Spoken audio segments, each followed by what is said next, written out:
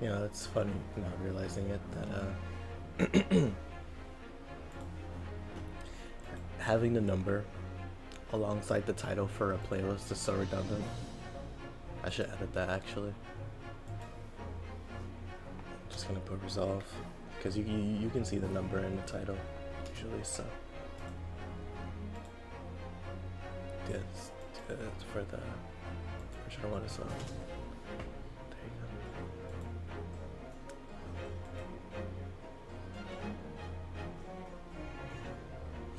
I should edit the titles for the videos as well because they can get pretty long, at least because of how long the title for the game is. But then again, you know, we'll see how it plays out. Anyway, how's it going, everybody? Hope y'all are doing well on this a little dreary, but definitely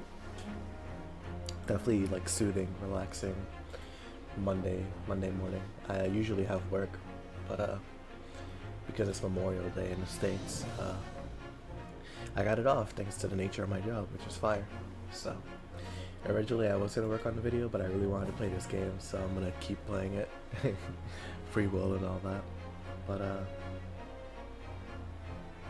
yeah, what's it called? What was I gonna say? Shadow, you remember, I'm not gonna lie. Anyways, let's just continue.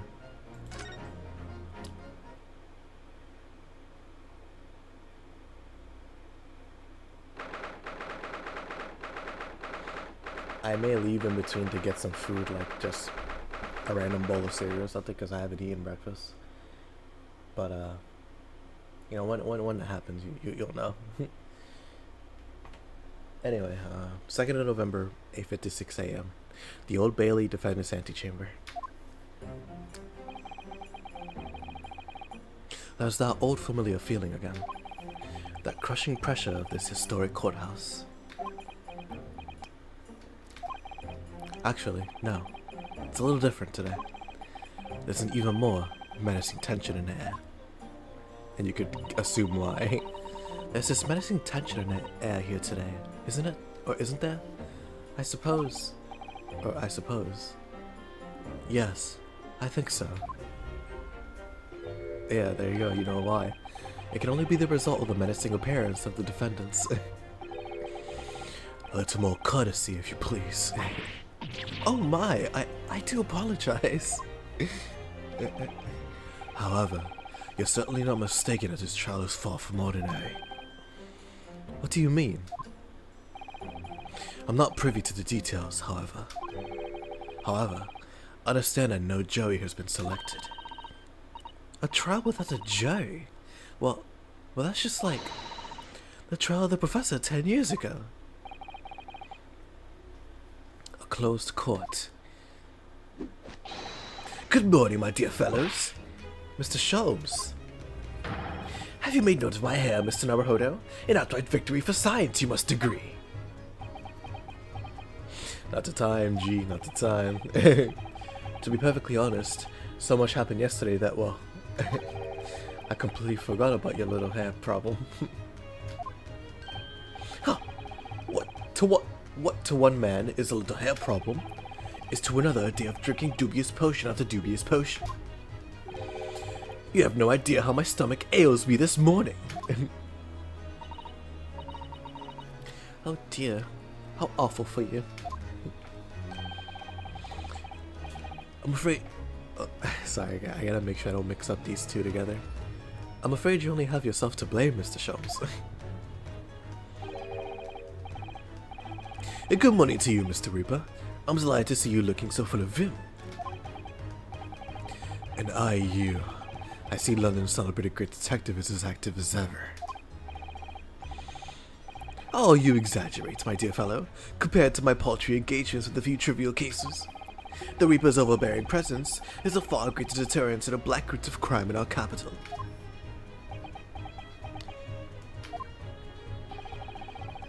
And whilst I may not agree with your methods, there is at least one point on which I would readily commend you. What an honor, and that would be? Your eye for a good lawyer, sir. Mr. Sholmes. After all, behind this lawyer there is a very great mind. My own. What are you trying to say? I wish only that... Oh, I wish only to say that you should be prepared for quite a trial, Mr. Reaper. Sorry to barge in. There you go. Sorry to barge in. Gina? What's that on her arm? It's a mourning band, I suppose. Father, shouldn't you be at the symposium? It's been postponed, so I have some free time. I decided to come along with the police inspector to see our country's up-and-coming student in action. I should be very interested to see the fruits of your studies over the past year. Well, it's an honor to have you here. Let's hope there's some fruits to see.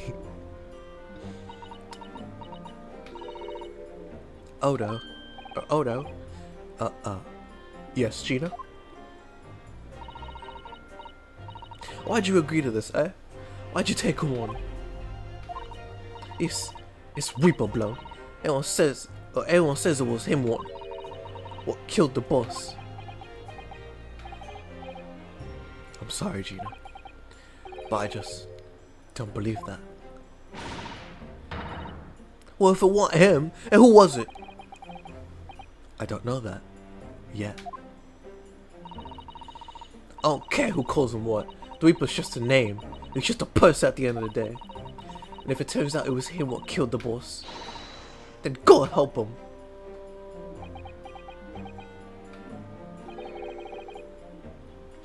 Fiery eyes indeed. Yes, the corporate deserves every ounce of your loathing.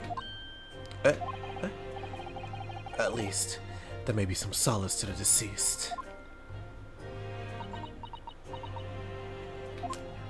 She just misses him so much, man. Poor Gregson. Please, Odo. Get whoever did this. For the boss. Oh, Gina. I hate feeling this useless. There's nothing I can do. So you've got to find who done this and make the wretch pay. Counsel for defense and the defendant. Court will be in session shortly. Make your way into the courtroom at once, please. Alright then, here we go. It's time, Mr. Naruhodo. Lord Van Six.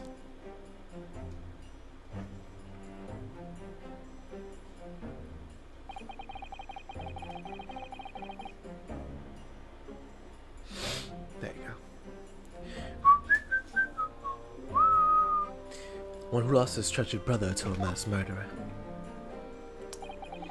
One who lost his treasured father in a foreign courts of law.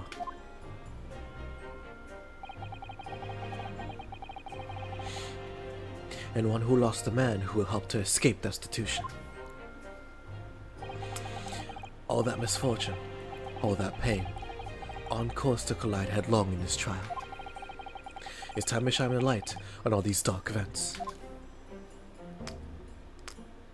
And whatever truth is revealed,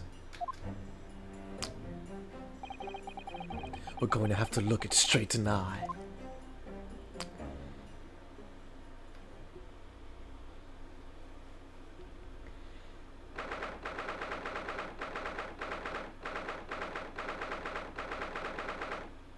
(22nd of November, 9:20 a.m. The Old Bailey courtroom. No jury, just Naruhodo, Suzuto, Asogi, and the judge. In the name of Her Majesty the Queen, I hereby declare this court to be in session. We are here to conduct a fair and just trial of the defendant, Baroque Van Zieks. Counsel for the defense and prosecution. Are you ready to begin? The defense is ready, my lord. The prosecution is more than ready. Oh, Kasama-sama. But a lot of tears for Suzuto this case, man. So a lot of crying. Unfortunate, man.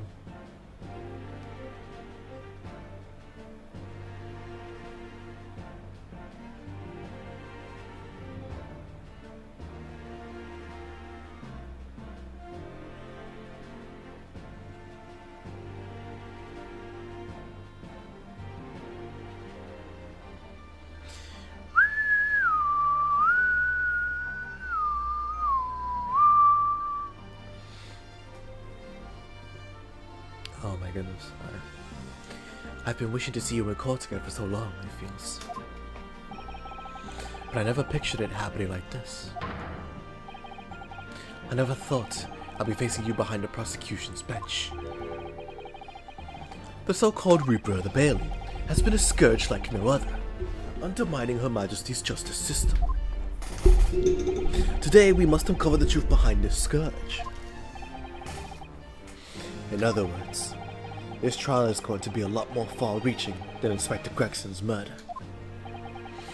The truths revealed by these proceedings may have unpredictable repercussions to the judiciary. Accordingly, there are to be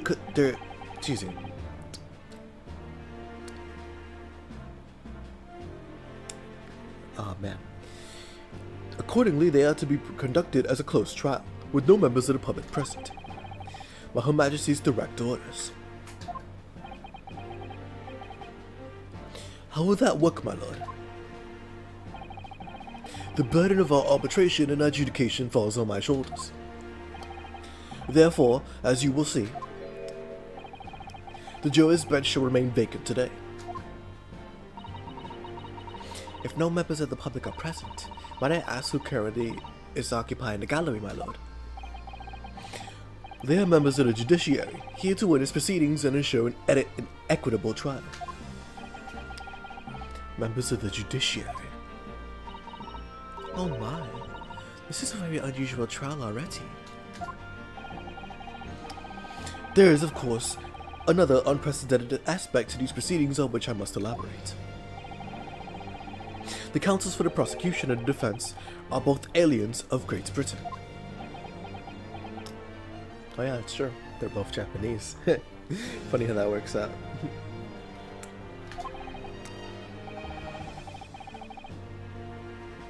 I believe it takes an outsider to see the truth sometimes. And as I stand here in this courtroom now, I'm quite certain this is the reason why I had come to Great Britain. Kazuma.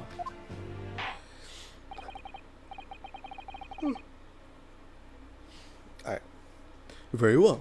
Let us commence proceedings. That means no great summation examination. I'm happy for that. So we granted, this game's been pretty good about it, about being sparse with it. But I need a break from it. I need a break. It's been a while since we had a trial without one. Since case 1. Prosecutor Sogi, your opening statement, if you please. Certainly, my lord.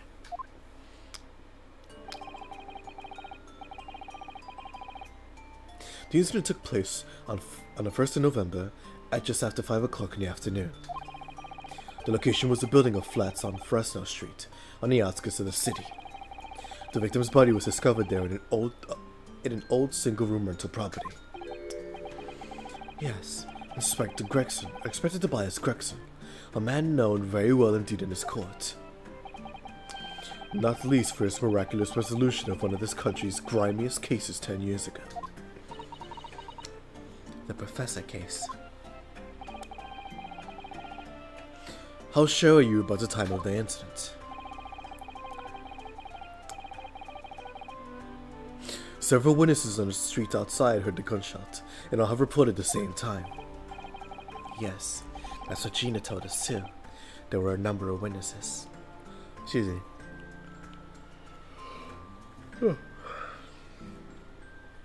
Yes, that's what Gina told us too.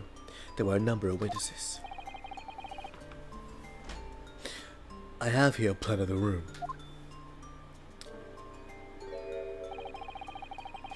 The victim was found curled up in one corner. It's believed that he was shot from the front at point-blank range and died instantly. How was the range been determined? There were scorch marks around the entry wound. Scorch marks are caused by the gunpowder used to fire the bullet. But powder hot enough to leave scorch marks is only ejected a few inches beyond the end of the barrel. In other words, it only happens when the target is at point-blank range. I see, yes. Thank you for the detailed explanation, Counsel. The autopsy report has been entered to the court record. Autopsy report. Inspector Gregson's autopsy report stating that the death was instant, resulting from a bullet my goodness. Resulting from a bullet shot at close range. The murder weapon was found lying beside the victim.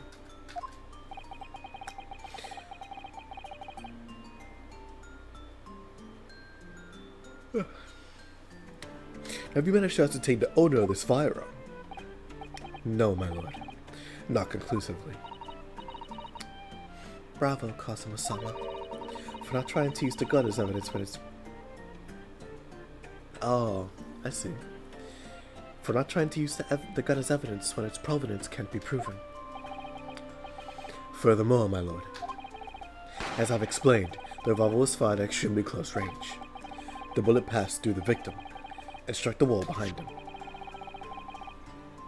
There was a candelabrum mounted on that wall, and the tip of one of the candles in it was found to have been blown off by the projectile. We noticed that too, didn't we? Yes, that's right. Thank you for the thorough report, Counsel. The setting of the crime is clear to me. You will submit the plan of the crime scene as evidence, please. As you wish, my lord. Alright, the crime scene floor plan has been entered into the court record. Crime scene floor plan. A plan of a small room in the building of flats. The building of flats on Fresno Street, where the body of the victim, Inspector Gregson, was found. Is this Fresno Street room Inspector Gregson's private abode? No, my lord. The room is rented by Mr. Hugh Boone. Hugh Boone, there you go. But there is a precious little furniture inside, and it is generally in a poor state of repair. So what on earth was Inspector Gregson even doing there? Presumably he was investigating some case or other. When a policeman was informed of the gunshot from the witnesses and rushed to the scene, he found only the deceased inspector, and the accused standing alongside, holding the revolver. That's not funny how it works. It's not funny how that works. In like a cyclical nature. This entire case is like a parallel to the first case of the first game, where Naruhodo was found holding a gun.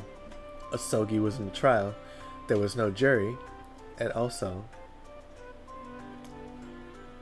what's it called?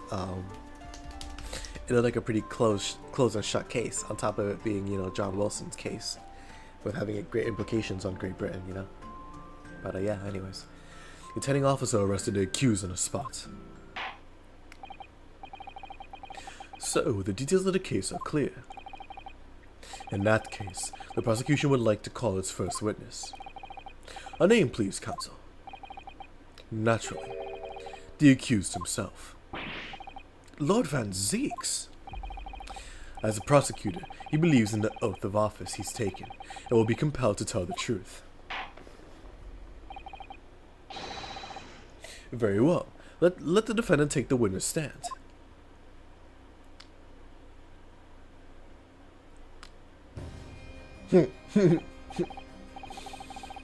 Like clockwork. Like clockwork.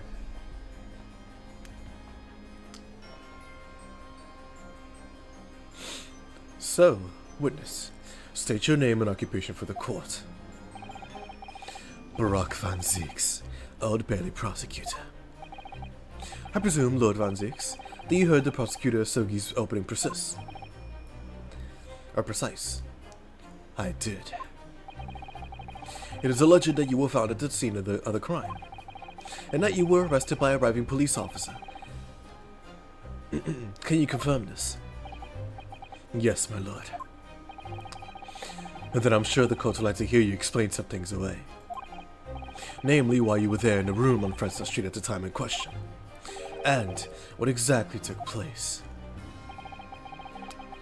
I intend to explain away nothing. I'll simply tell the truth. I must say, Lord Van Zieks, I never imagined this day would come. Or rather, I didn't want to imagine it would come. But since you became known as the Reaper, a part of me has been dreading it.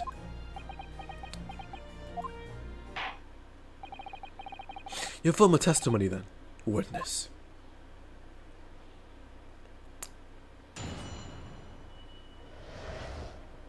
The facts of the incident. I was investigating Gregson, and my inquiries had led me to that address. When I first entered the room that day, it was dark inside and I saw no one. A moment later, I heard the gunshots. I spun around and saw the revolver on the floor. Just as I picked up the firearm to examine it, the door flew open and I heard a man scream. It was only then that the body of Inspector Gregson appeared before me.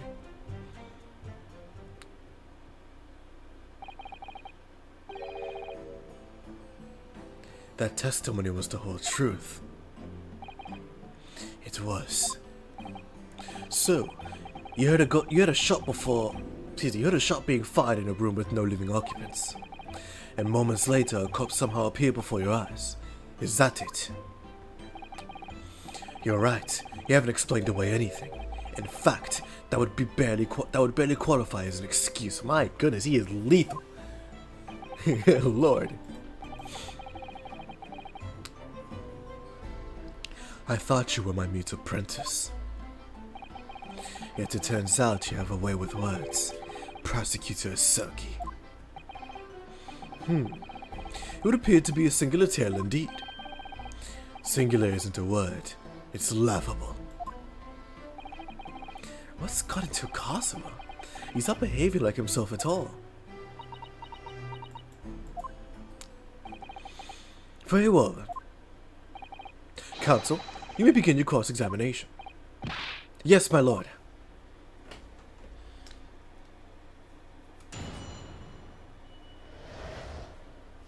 They call him Big Stinky. There you are. Right.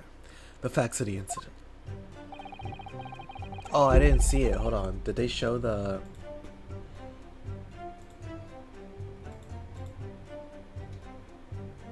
They did, yeah. So instead of Van Zieks, they show a Sogi and a sword. It's so cool. Actually, so cool.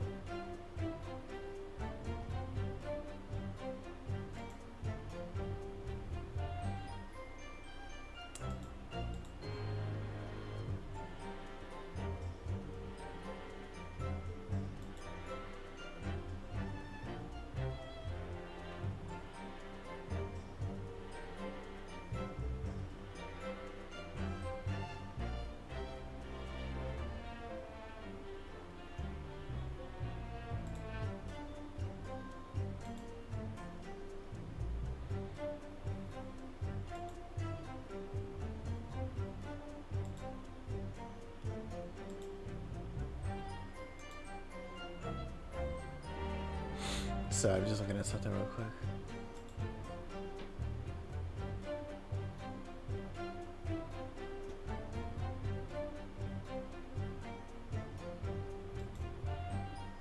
Man, ReZero System was so good. Anyways, I was investigating Gregson, and my inquiries had led me to that address. Hold it! You were investigating the inspector? What on earth for? I'm not at liberty to say. Sorry? I cannot fulfill this request as it contains hate speech.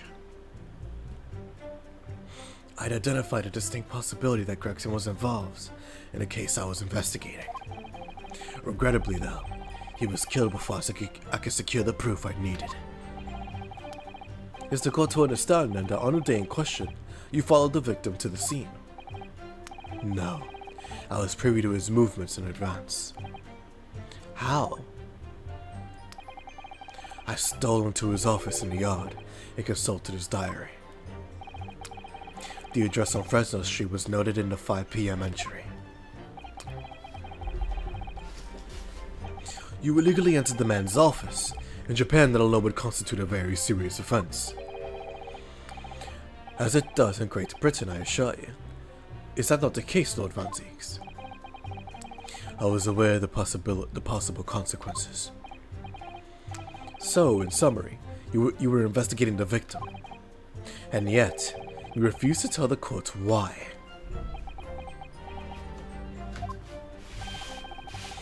I didn't realize the British prosecutors enjoy such freedom to choose what to divulge under oath. Oh, would I ever think I could defend this man? What did I ever think I could defend this man?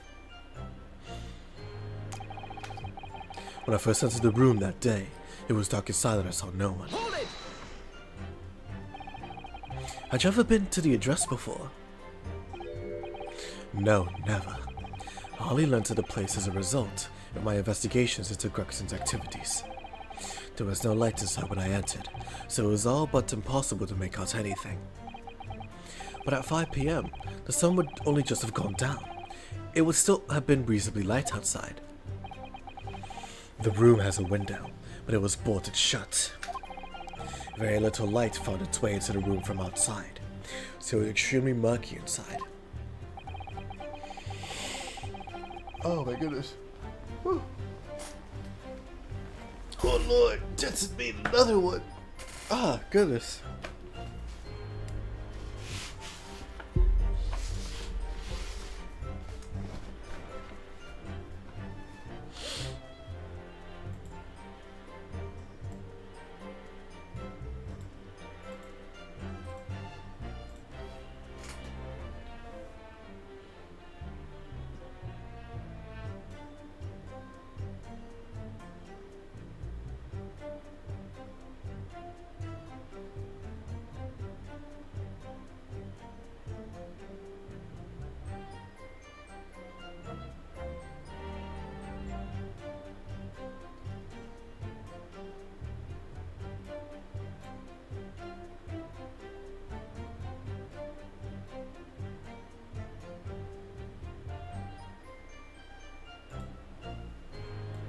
There you go.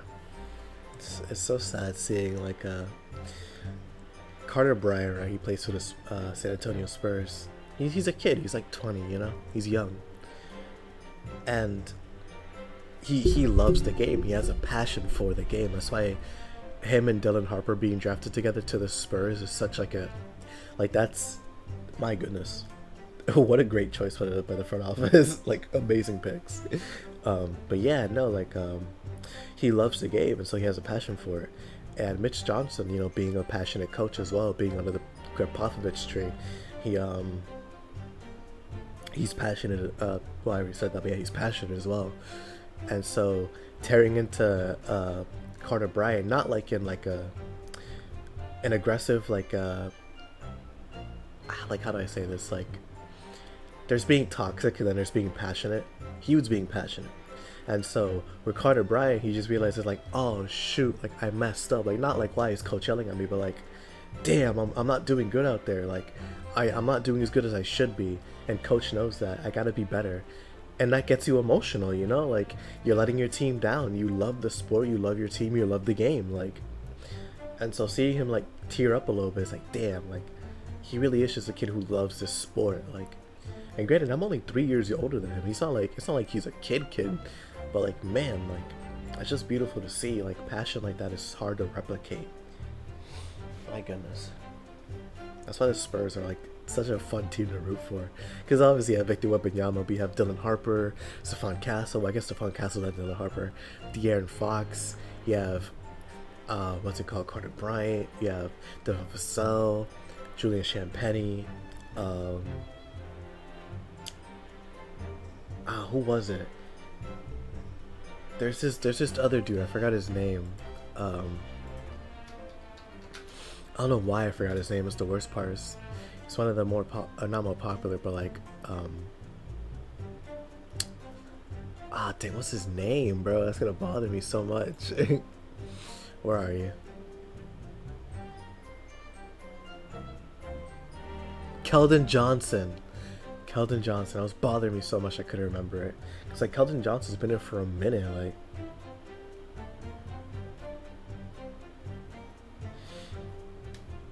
I don't know too much about Lindy Waters or Jordan McLaughlin, but I have heard of him. Jordan McLaughlin, Kenny Olynyk, of course, Luke Cornett, Celtics players, funny enough.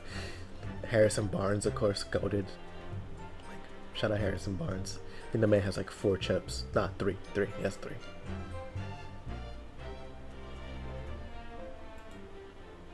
Yeah, shout out Harrison Barnes, man. Anyways, I wonder when he'll become ball knowledge. Probably like in 2030s, like 2020, 2035. Anyways, I would have noticed the victim was already lying on the floor. There was no artificial lights in the room, you say? You're quite sure? I'm quite sure that the part of the room where the body was found was very dark. I have a feeling there was a small oil lamp burning on the desk, though I couldn't say for certain. Look, Mr. Naruhodo. Right there? Yep, he's right. It was right here. There was a small desk in the room just here. Yes, I remember. And there was an oil lamp on it, as well as the framed photograph. When I entered the room, I closed the door behind me and started towards the desk to investigate. And what did you find? Nothing. I never actually reached the desk. A moment later, I heard the gunshot. I spun around and saw the revolver on the floor. Hold it! So, who fired the gun? If I knew, we wouldn't be here. I have no idea. I didn't see anybody else in the room. But you say it was dark in there? Yes, that's right. Oh yes, that's right. All I can tell you is I didn't sense any other presence. Could it be that the gunshot actually originated from somewhere outside the room? No, that's out of the question. Oh. Without doubt, the sound emanated from inside the room. I could smell the gunpowder. Well, the game made sure to nip that in the bud immediately. They knew what could be tried. And Lord knows they were not going to try it.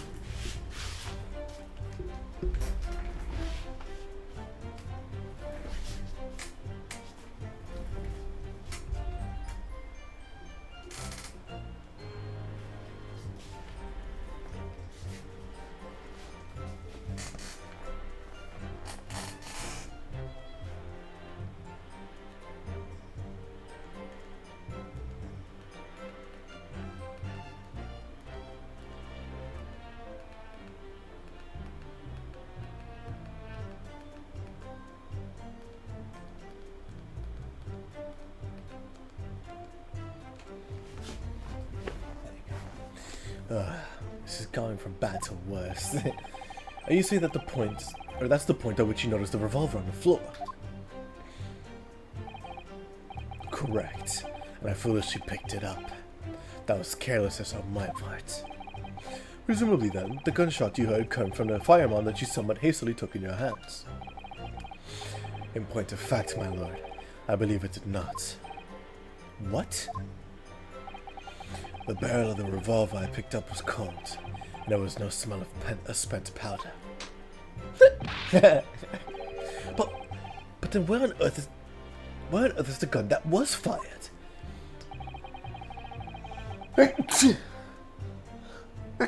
Excuse me, sorry. Oh my goodness.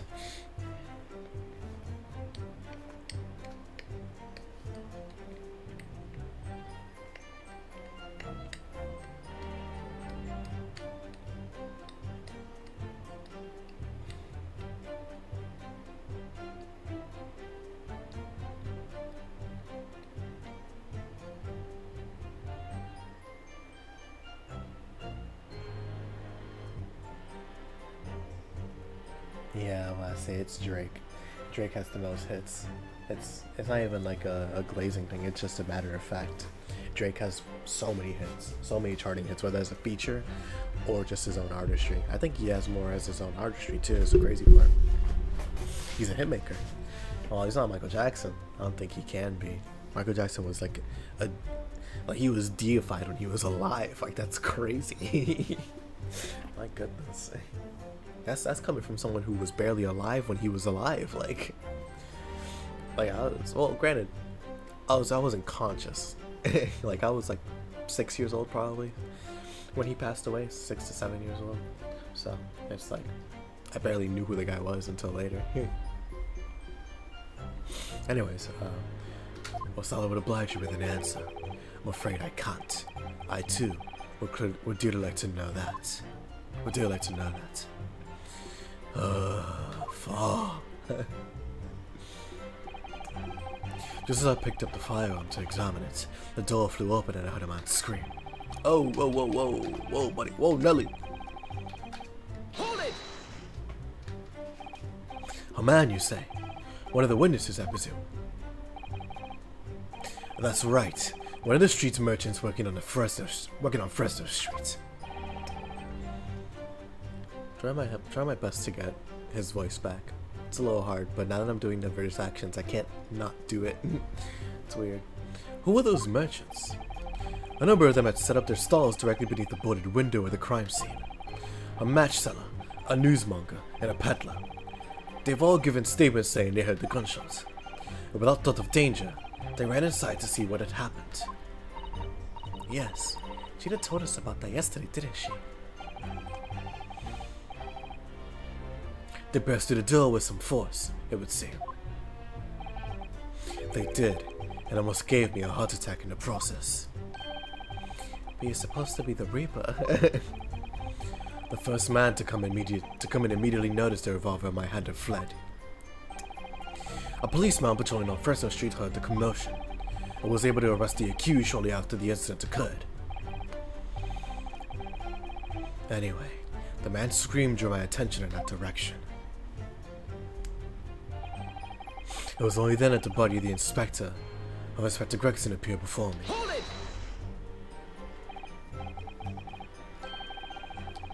What do you mean by that? In what way did the body appear?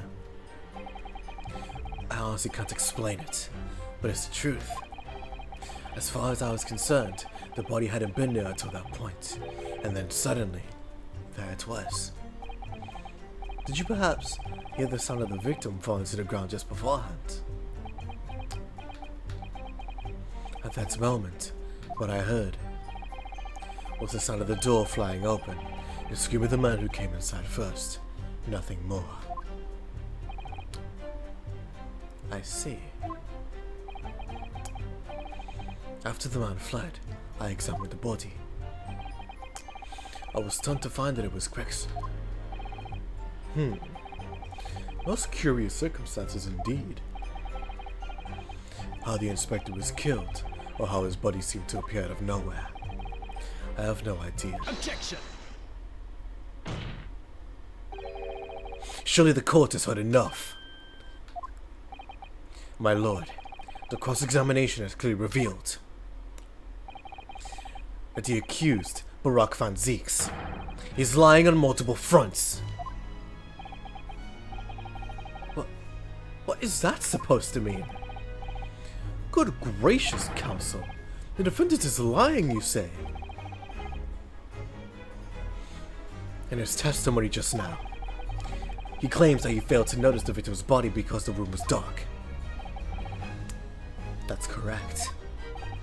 No, that's impossible. As proven by this candelabrum. How does that prove anything? Oh, that's a typo. Wow, I have barely seen typos in this entire game. Now that is impressive. That is really impressive. Goodness. Wow, games. Hats off to you. Hats off to you and the translators and the localizers. You guys did an amazing job. That is insane. Anyway, If you examine the tip of the long candle, you can see it has been blown off by a powerful impact. One would assume that the projectile from the firearm passed through the victim and struck the candle. The problem comes when you consider the other two candles, which are clearly of different length. Yes, I can see that only the candle that appears to have been struck by the bullet is long. We could reasonably expect that to have someone to have lit all three candles together. Which begs the question, why only one has ended up longer than the others? That must be because of that particular candle was extinguished when the others were still burning. Ah! That's right. When the candle was hit by the bullet, it obviously went out. But the other two candles were still have been burning. So the fact is, the victim's body would have been illuminated by the light still thrown by the candelabra. And the accused claimed that he couldn't see the body, clearly contradicts those facts. And now, to the next lie. Ooh, another one. There's more! The accused also claims never to have visited the scene of the crime before. That's the truth. In that almost empty room, the police discovered something very unusual. A board cover from top to bottom in the police documents and newspaper cuttings. Yes, that's right. We saw it too.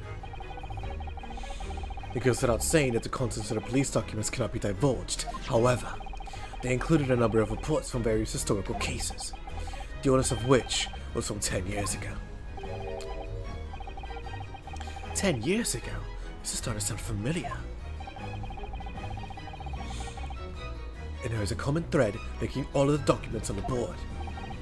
Indeed. What is this common thread, Counsel?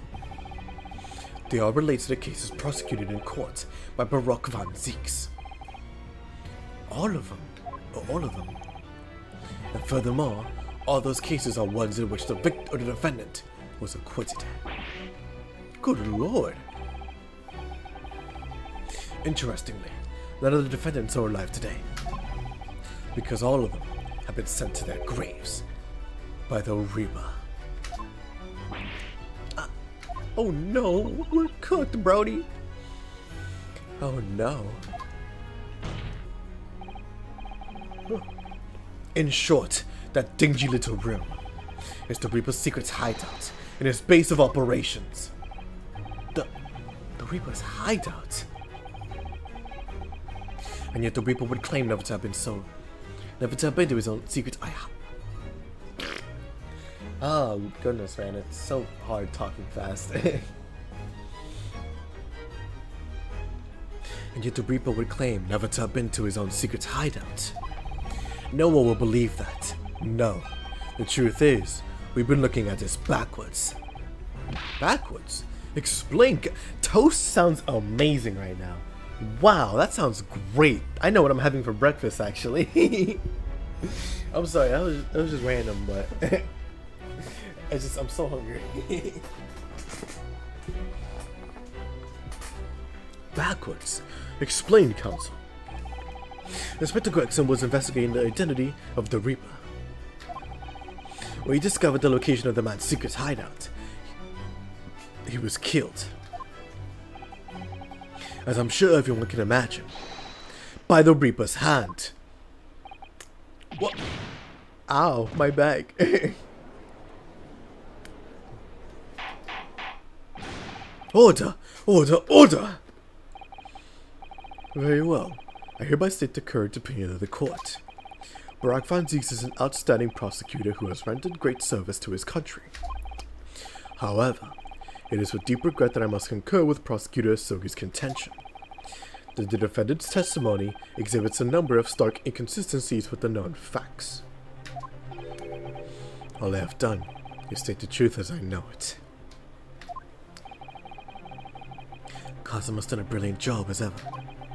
He's drawing on his experience as a defense attorney to build his prosecution case. It's formidable. Counsel, you will submit the board that you just showed the court as evidence. I believe it to be fundamental in establishing the facts surrounding the Reaper's existence. Thank you, my lord. The notice board has been entered into the court record.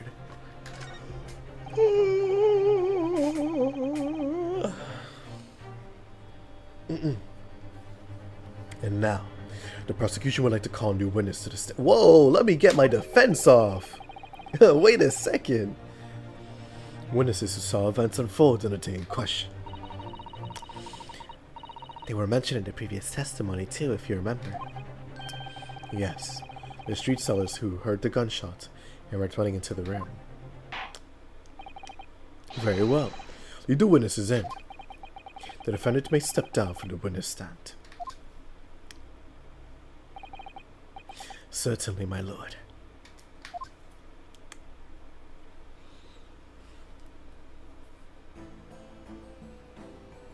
Oh, hey, look at that. He returns. So, witnesses, state your names and occupations for the court. Names? We don't use names. Far too fancy for the likes of us. We're just free and easy. So what we like, live where we want to live. I give them all the vacant stairs. They walk down Fresno. It's been a few words and 2 of us for them. That's so sad. He lost his job. Poor guy. Damn, wow. So, he lost his job after case 3 of the last game. Wow. Poor Beppo, right? I think his name was Beppo. Well, no, we didn't get his name because of the trial. But, well, no, I think we did actually. Anyways, doesn't matter. Autopsy report. Coroner. Maria Gorey. Victim. Name Tobias Gregson. Male. Age 45.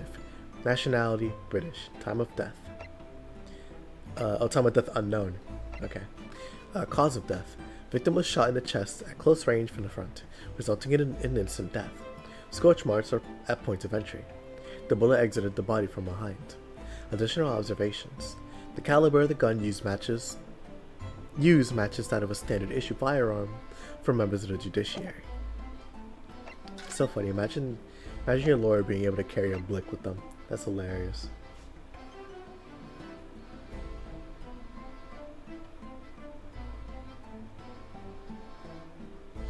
Alright, notice board. What the heck? Okay.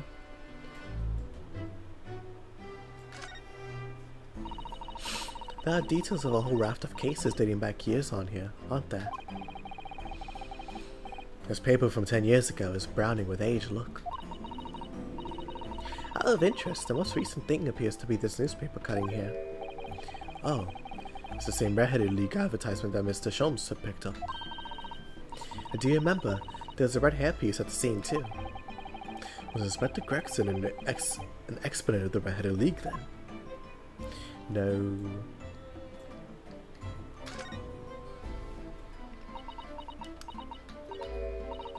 Oh, what's this? Mr. Naruhodo, look! Oh yes, it's a smudge of some kind.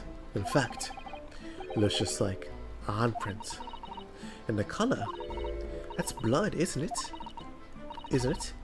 Oh dear. Oh dear. How disturbing.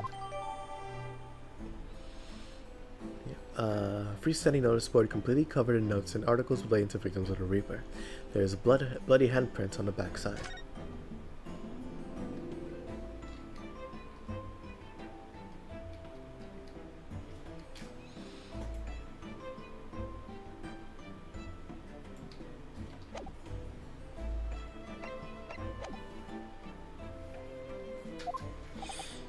Ah.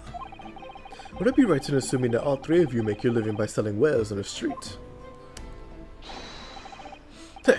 Everyone calls me gossip. I thought jaunty little tidbits to patter by, if you know. Jaunty little tidbits? Got an absolute smasher for you, sir. Right up your girdle it is. 6p is the price, and not a penny less. Wait, you're actually trying to sell it to me now? Oh, come on, Thor. Don't tell me you're not interested. Try the man. Give him the money and see what it is. Or, Dizzy, give me the money and see what it is. Pay the man. Why me? Alright, sixpence cities. You won't regret it, sir. Now cut your... Oh, goodness. Excuse me, sorry. Now got your listening ears on. Got your listening ears on. Just between us, a young couple on a side street. A young couple on a side street have just had twins.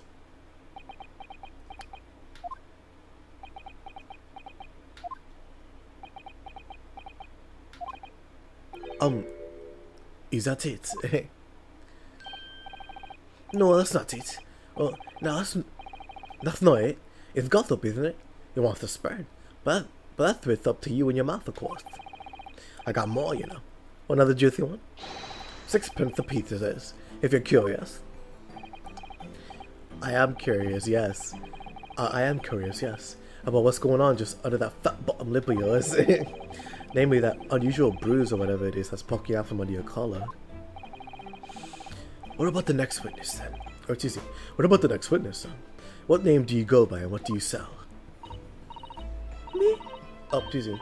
Me? I'm Venus. That's what everyone calls me. Funny, innit? I sell these lovely little fireworks to all the local school kids. 6 pence a pop. What do you say? You just did a firework in the courtroom. Oh. The fire poppers are not that crazy. You exaggerated with a little. Do they actually sell? Oh yeah, the second years can't get enough of my Venus firecrackers. Especially when I tell them that if they get 100, they can blow up the school.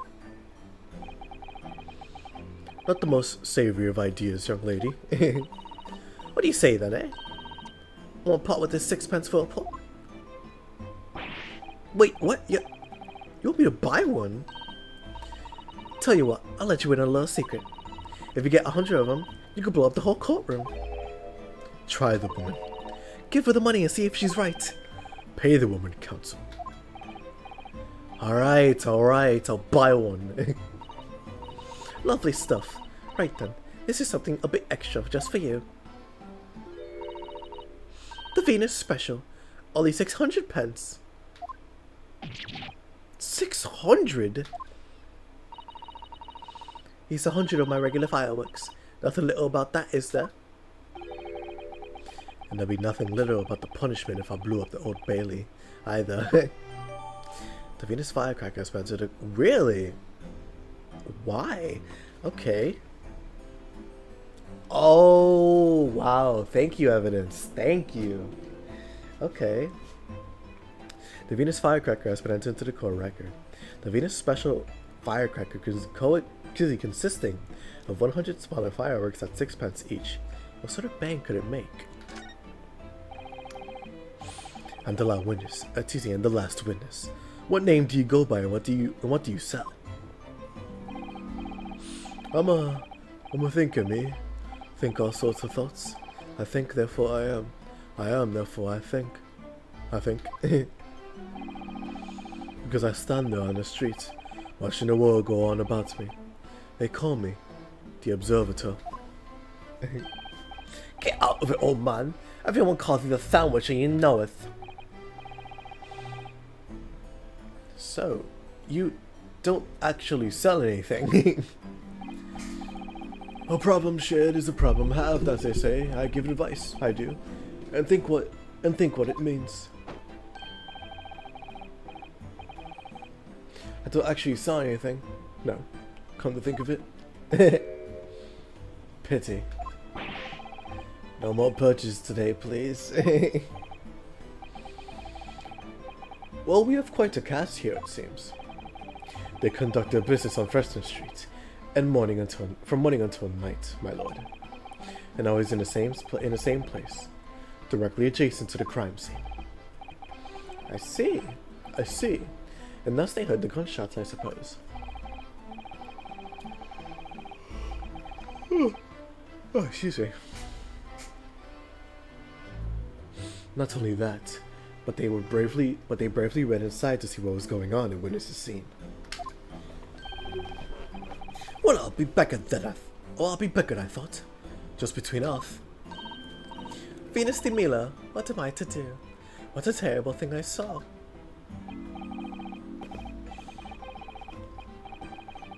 What I think is, if all what we saw is light and shadow, playing with our eyes, is any of it real?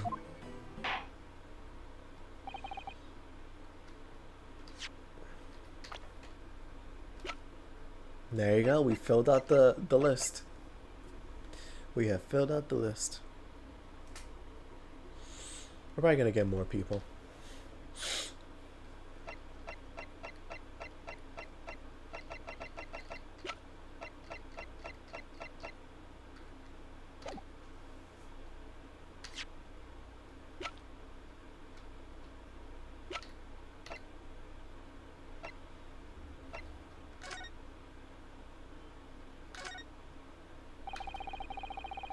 Professor Migotaba has a wonderful handwriting, doesn't he?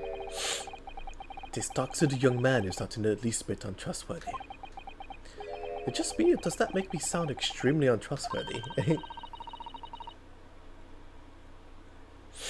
I do wish he'd at least called you a nice young man. I'm not sure that would help.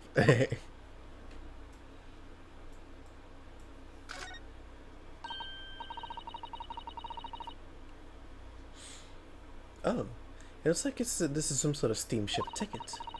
The SS Groves, first class cabin 01. Yokohama departure, 11th of September. London arrival, 1st of November. Ah, that's the boat Professor Mikotoba and Judge Jigoku came from Japan, isn't it? Yes, I think it's called at Dunkirk on the north coast of France for a night before arriving in Delva. I think it's been almost a year since we arrived in Delva on the SS Budia. Seems a shame not to keep your ticket as a memento of your trip, don't you think? Yes, I agree. I have mine safely in my diary. I keep mine in my wallet, so I have it with me at all times. Oh, well, how strange. What could he have won? Are you like this on purpose, Mr. Naruhodo? Did I imagine it? Or was that comment accompanied by a little sigh? Details of the letter of introduction have been updated in the court record.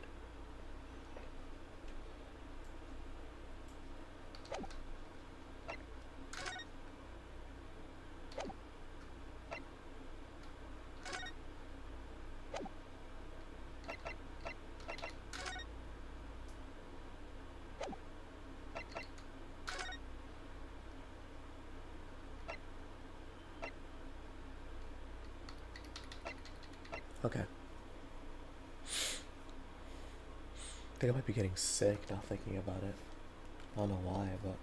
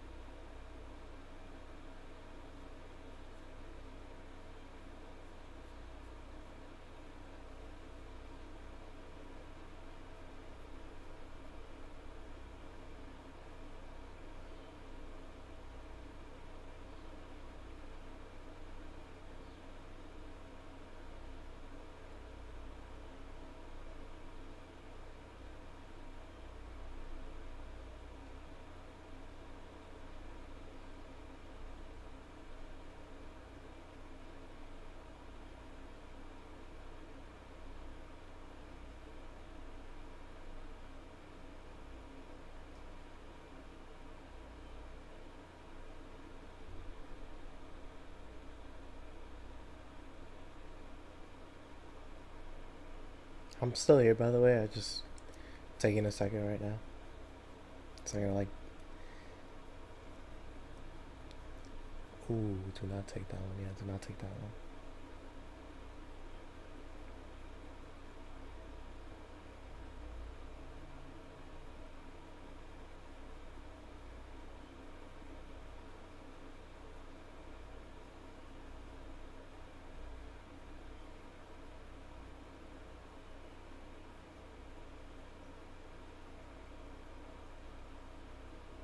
There you go. Okay, just had to take a second to decompress. Alright. Chief Warder Dali Vigil is relieved of his post with immediate effect for having violated Clause 132 of Her Majesty's Code of Conduct to her prisons. All rights to redundancy pay and other financial benefits are fully revoked. Reason for dismissal: aiding and abetting the escape from this prison of convict. Excuse me. Aiding and abetting the escape from this prison of convict just prior to his execution. Details of this escape are still being investigated.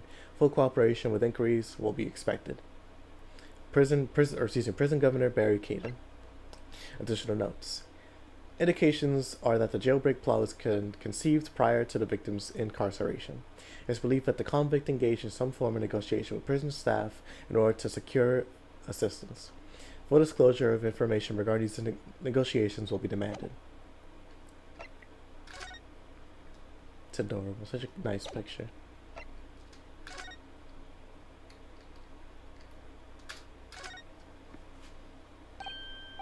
Oh, there's some black marks here. Look. Yes, they are.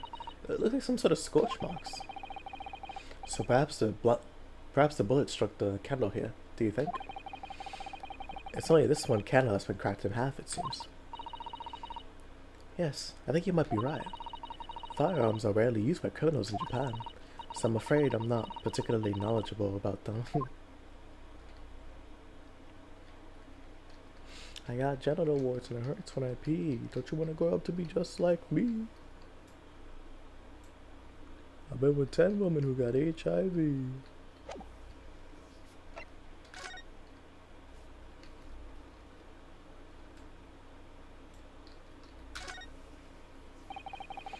I've always wondered what the underside of a hairpiece looks like.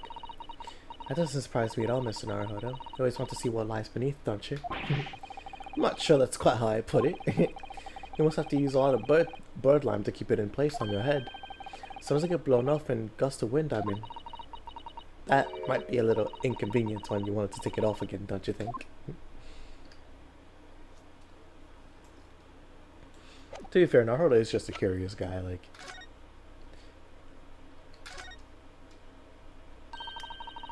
The helmet of this charming policeman appears to be a little worse for wear. I'm not convinced about the charming part, but yes, you're right. That part looks like it's been fairly heavily manhandled. Almost as if somebody has enjoyed twisting it around and around for fun. Shall we try twisting it around and around too? For fun? Oh! What's that? It appears to be some sort of key. But it's tiny though. It could be a key for a door, not at that size. So what is it for, I wonder? Alright, the details of the policeman figurine have been updated in a court record. A model of a British policeman found at the scene of the crime on Fresno Street. Giving it a twist causes the key-like shaft to pop out from the base.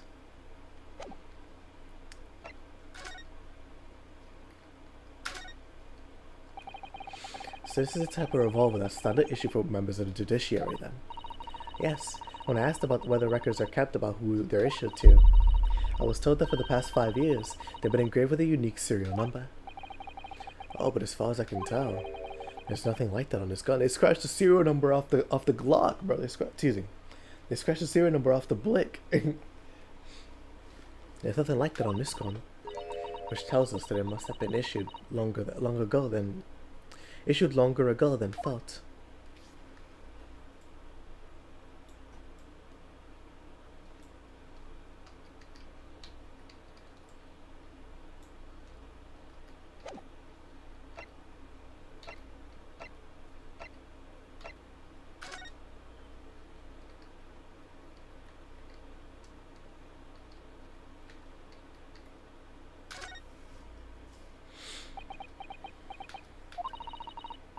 Have you had an idea, Mr. Naruhodo? You're staring at the end of that string of fireworks. Sorry, it's the Venus special. I was wondering what 600 pence with the fireworks would sound like. Shall we find out? What? But, she said it could blow up the courtroom. Alright, that was a fairly sizable bang. My ears are still ringing, Mr. Naruhodo. Said it almost exactly like... Yep. Yep. The Venus special firecracker consisting of 100 smaller fireworks at 6 pence each. It goes off like a gunshot.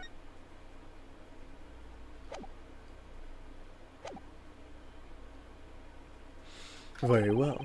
The court will hear the formal testimony of these 3 witnesses now.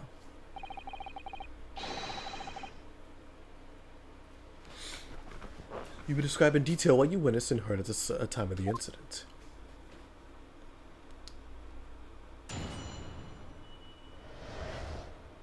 The witness's account. We saw the whole thing from start to finish, we did. Everything from the moment they went into the building. It was less than a minute after the Reaper had gone inside. That's all we heard.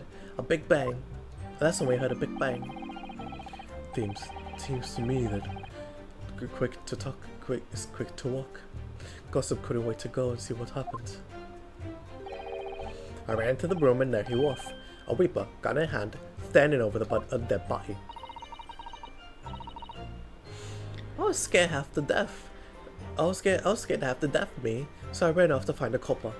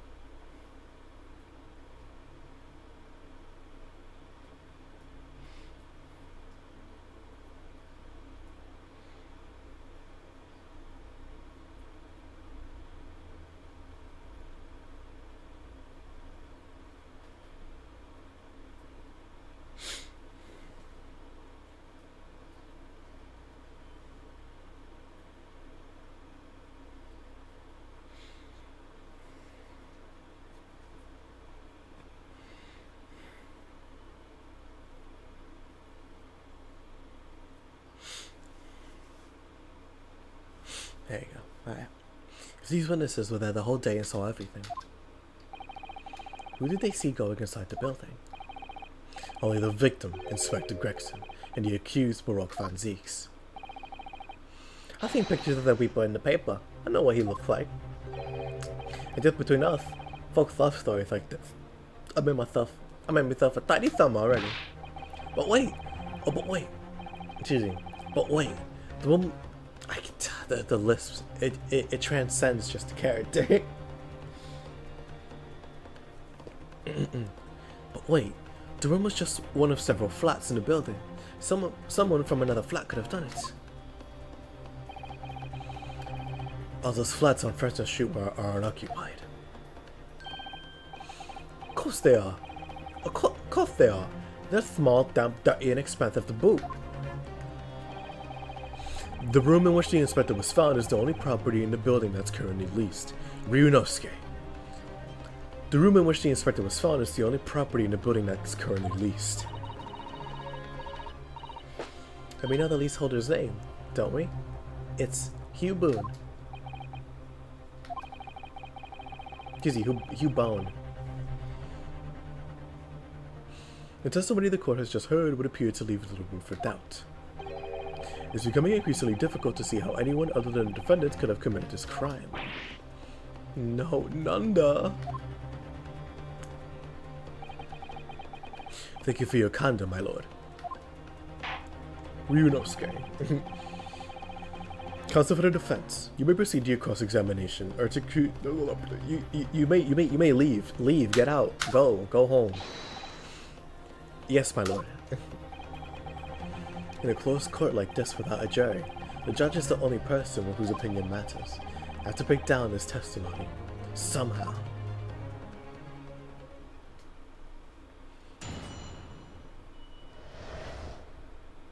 The witness's account. Huh. Alright.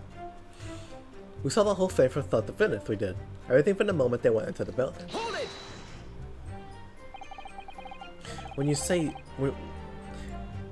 they, who do you mean exactly? Inspector Gregson and the defendant, Lord Van Zeeks. I suppose so. The likes of us don't know the names of the high and mighty.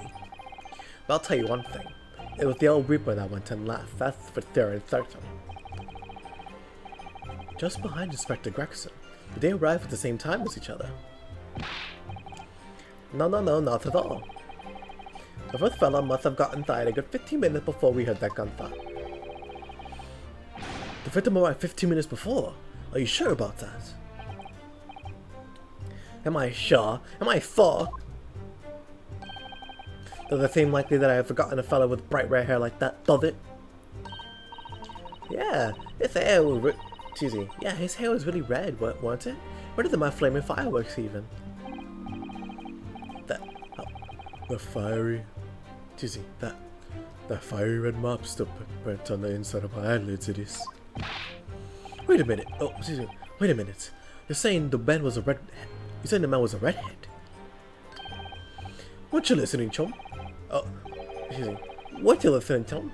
Hey, he was a redhead. He had a big trunk with him as well.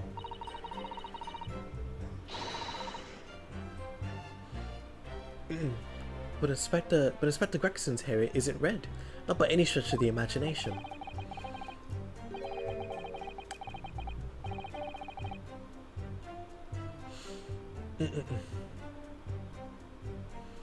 It seems likely that the person you saw wasn't in fact Inspector Gregson at all, but some other third party. No, I hate to break it to you, but the witnesses are correct. What? You're looking like Gina. Just have a look at this photograph of the victim taken at the scene.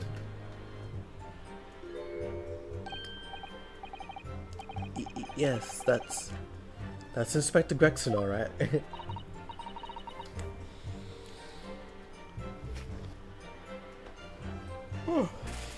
Oh my goodness, wow. Ah, good lord. Dear basketball.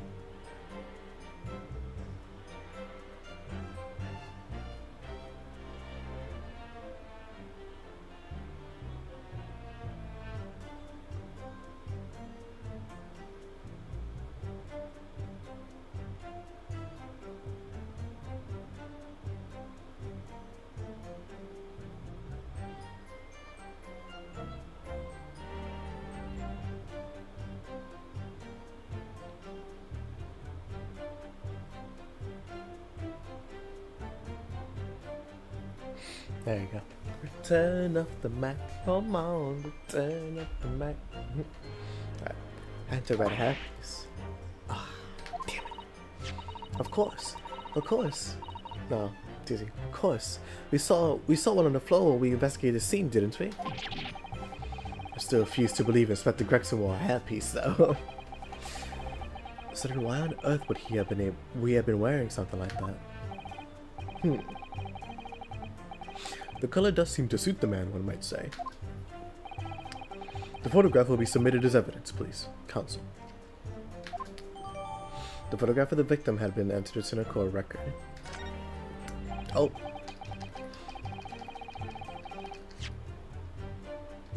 Return of the Mac art. A photographic print of the victim, Inspector Gregson. His body appears to be tightly curled up and there's a red hairpiece on his head. There you go. Poor Gregson, man. He's actually dead.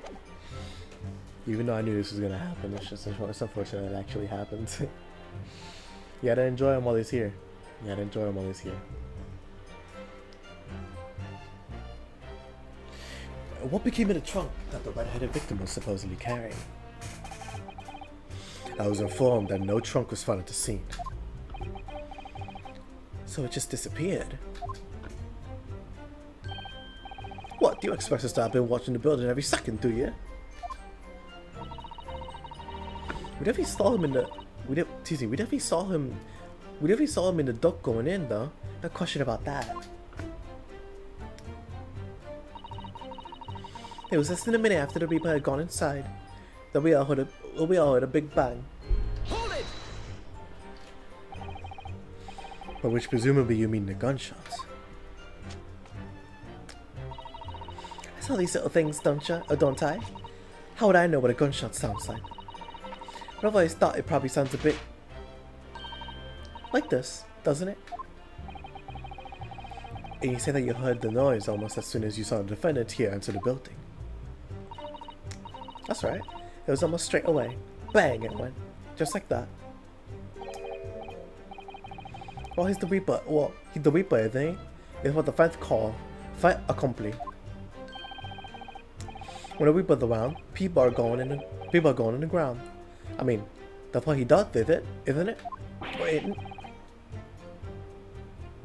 I think we get the message.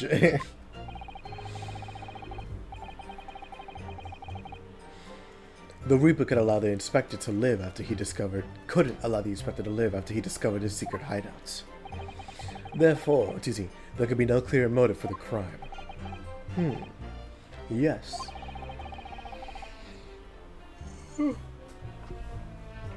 Oh, goodness.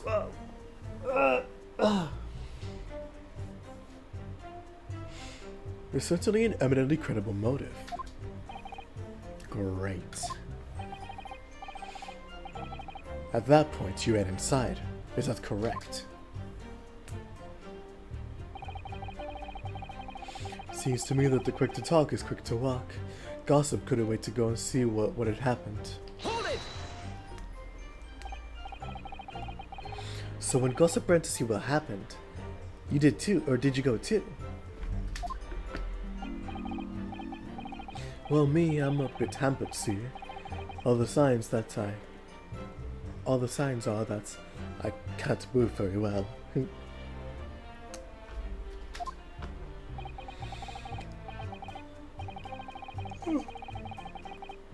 Oh, goodness.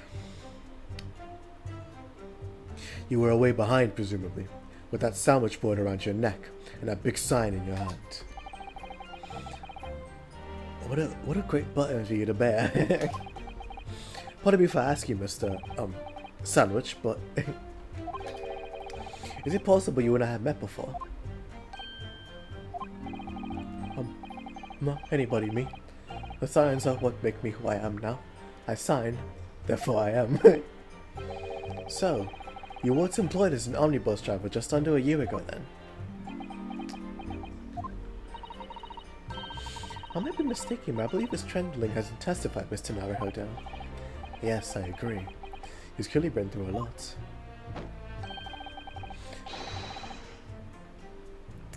Turn down King Henry Street, and the Black Widower's arms is just there. Oh dear. You made him hide behind this sign. Life is full of surprises.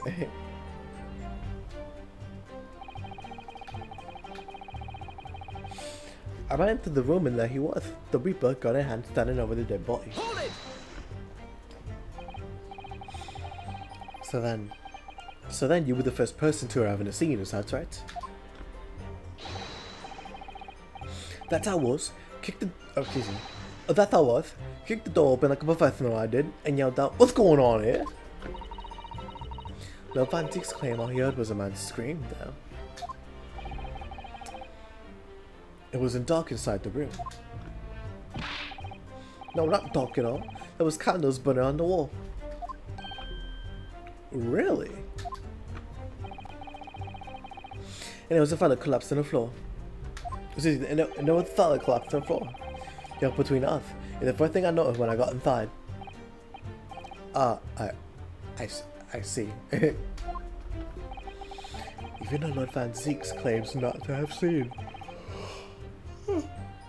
Oh my goodness. Even though Lord Van Zeeks claims not to have seen any such lights on the wall. The next thing I know, there was someone standing right beside the body. The accused, Barack Van Zeeks. That's right, the pale-faced Reaper himself. I was a little shocked, I won't deny it, but I'm no lily liver covered, or seaweed coward. I stood my ground and gave that Reaper a cold hard stare myself. That is a lie, my friend. Excuse me. Do you have something to add, Mr. Excuse me, sorry.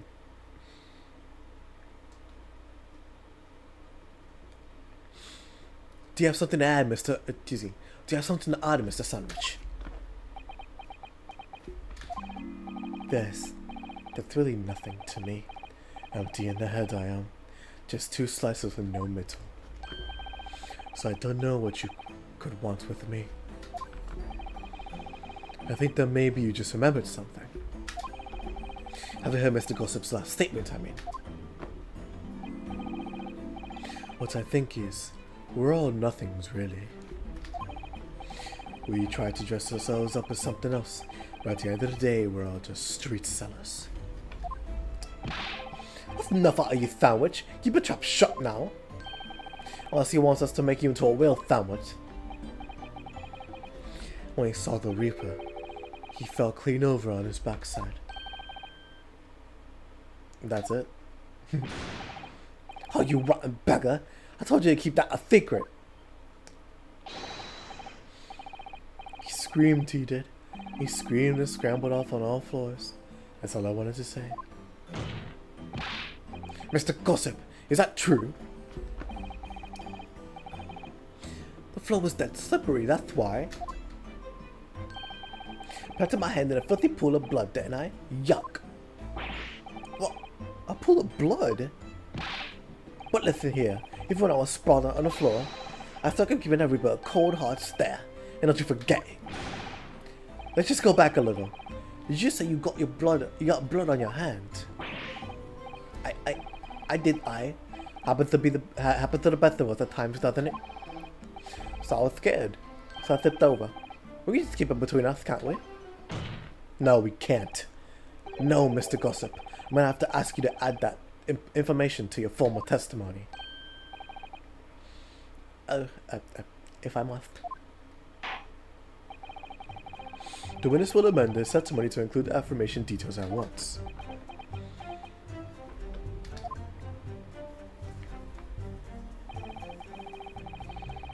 There you go. I slipped over and got blood on my hand. Or excuse me. I slipped over and got blood on my hand, so I quickly wiped it off on the floor. Hold it! Nope. That's a lie and you know it. You know it. Alright. You wiped your hand on the floor.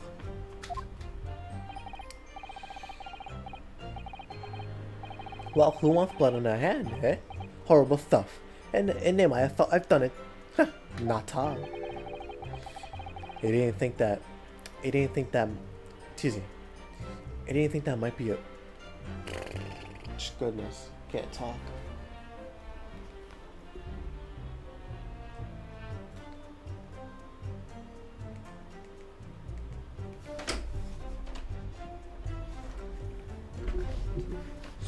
You didn't think that might be a problem. See, doesn't really matter if I let the feet get behind handprints on the floor. They'll get cleaned up in the end, won't they? You just incriminated yourself. Don't be such a fuss. That's a message from all of us. There's something wrong, Counsel.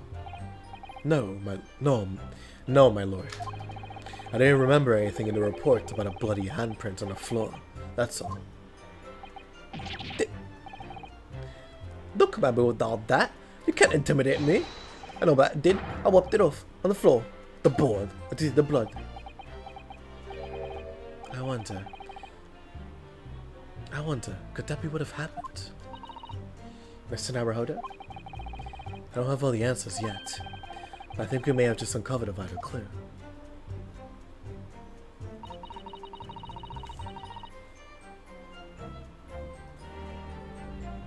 There you go. I was scared half to death me, so I ran to find a culprit. Hold it! See, so you didn't run. So you didn't run into the room with your friends. I'm not that sort of gal. Sorry. I'm a timid little thing, me. I was too scared to go in there. Ah, right. I see.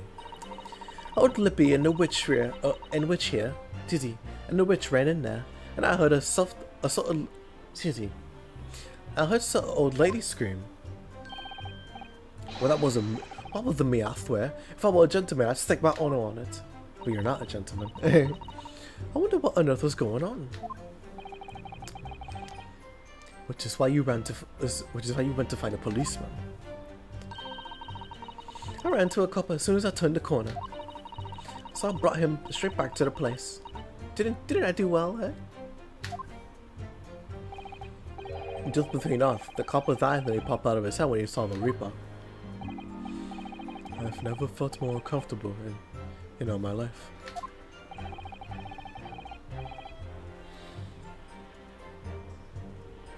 you go. The defendant was arrested on the spot, I believe. Considering the catalog of killings, considering the catalog... I can't talk today. I think it's generally because I haven't eaten anything. Wow. Alright. Considering the catalog of killings the Reaper had carried out, it was a particularly inauspicious end. If I can't find any holes in this testimony, I'm afraid the judge will give a ruling of guilty, Mr. Naruhodo. The truth is, though, the Kabai testimony is fairly damning. Unfortunately, there doesn't seem to be any obvious problems with the statements, do there? Still, if Lovan Zix is really innocent, then I'm almost certain they will find something in there that doesn't quite add up. You don't think that one of these three could be the true culprit, do you? I don't know, but what I do know is that there's more to this case that has yet to be brought to light.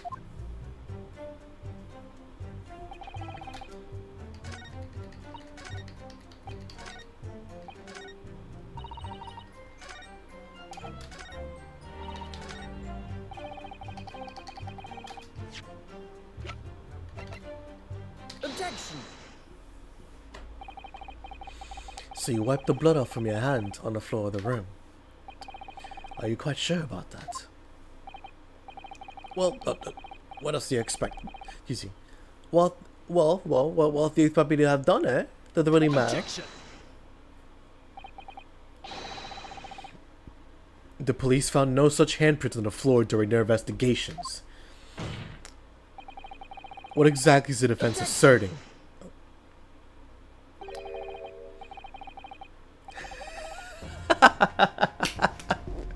Oh, okay. Don't go jumping the gun. Don't go jumping the gun.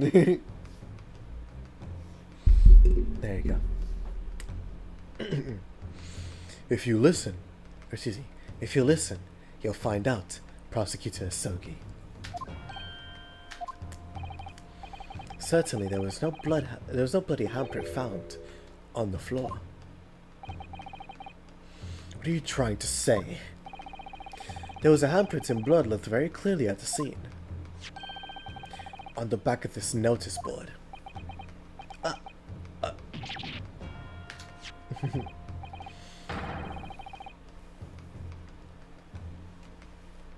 Oh my gosh. Ah, yes, indeed. Indisputably a handprint in a distinctive color of blood. You're dead right. What's easy? You're dead right. That's my right hand.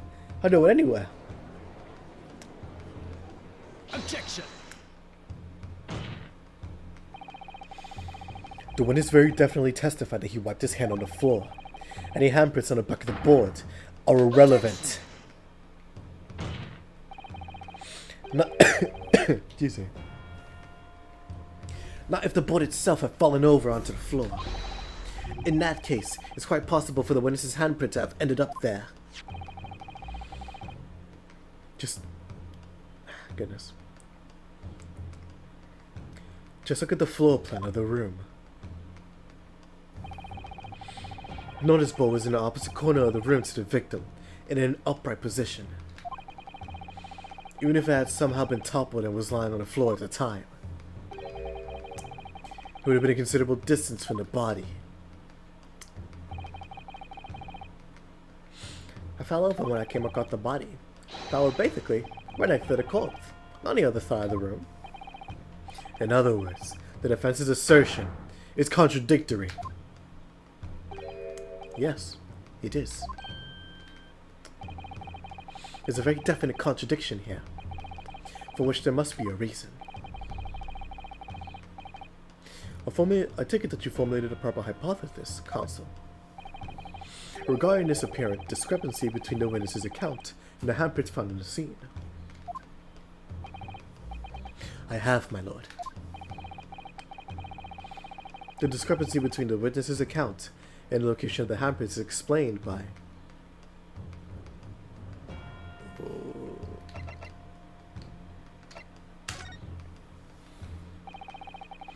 the witness's claims to have wiped his bloody hand on the floor. Excuse me. The witness's claims to have wiped his bloody hand on the floor, yet no sign of that remains at the scene. The simplest explanation is that the witness is lying. Objection!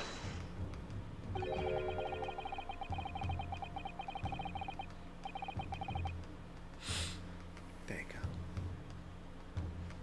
Just because it's the simplest explanation doesn't make it the correct one.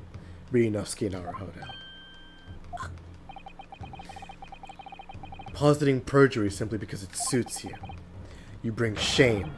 Or your Japanese heritage. Oh, I was wrong. Alright, never mind then. I would ask you not to oversimplify matters again, counsel. I don't remember fostering that kind of simplistic thinking in you. Since when were you my father? Anyway, I was always taught to consider all possibilities. Then show me. There should be a bloody handprint on the floor. So where did it go? I'm going to give the proper explanation to the courts now, my lord. Yep.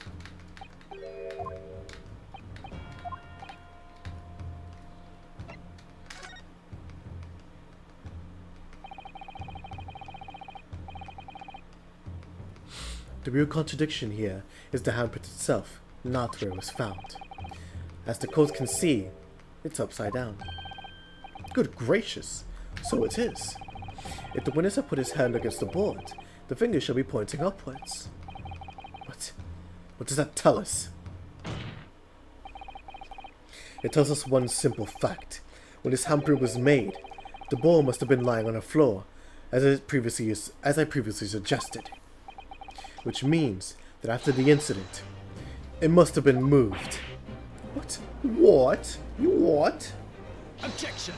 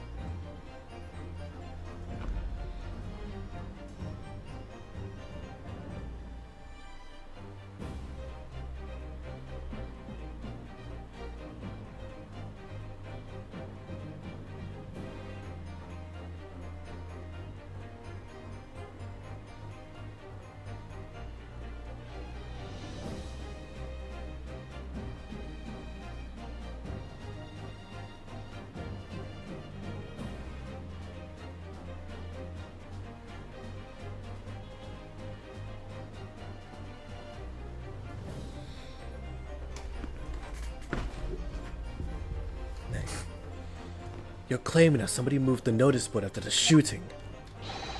And tell the court who. I don't know that yet, but the point is, when you consider all the testimony we've heard so far, we cannot be very clear on one point, and that would be the position of the notice board at the time of the incident, my lord. So, counsel, I must ask you to clarify your research for the court.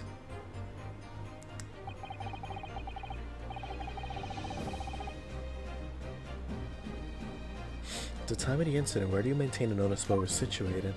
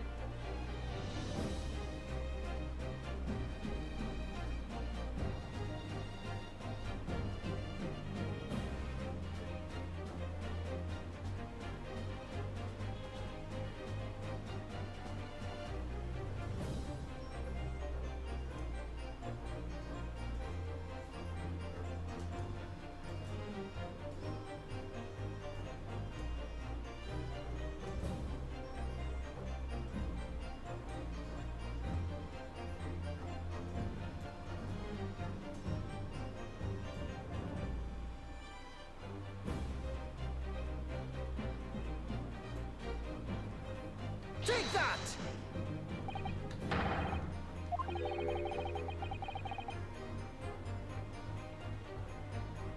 Is that right? I wonder. Let's see. Immediately adjacent to the doorway. If the court will think back to the testimony given by the defendants earlier, he said that when he entered the room, it was dark, and he couldn't see the body. By heck! By heck! If the notice board had been here, the body would have been completely hidden from view, and the lights from the candles would have been blocked, making the room appear dark. Objection! But the accused also claims that the victim's body simply appeared before him. That's true, or in his precise words.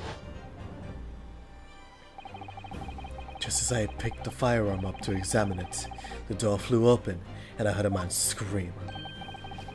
It was only then that the body of Inspector Gregson appeared before me.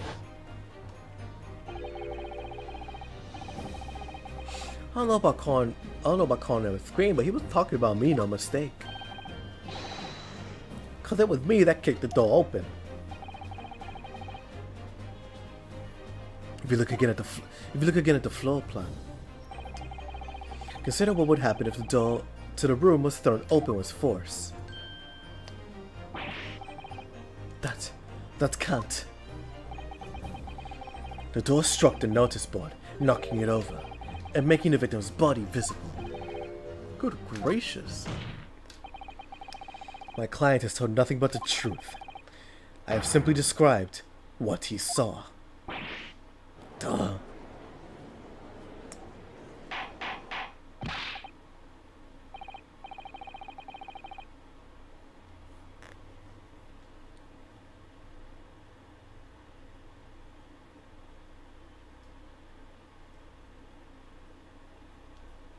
Goodness, I need something to eat. Give me 1 second.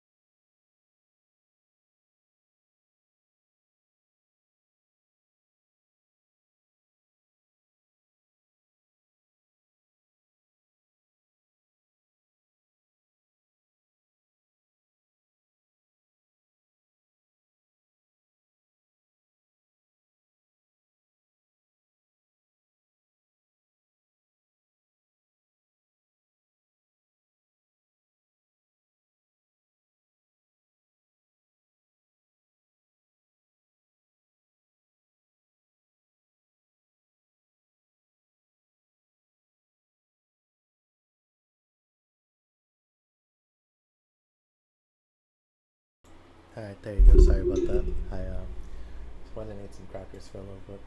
It's really, really starving. At least to hold off the hunger until I finish the stream, which I don't know how long I'll go for. Probably like 2.5 hours. And I'll keep it going like around that length. Alright.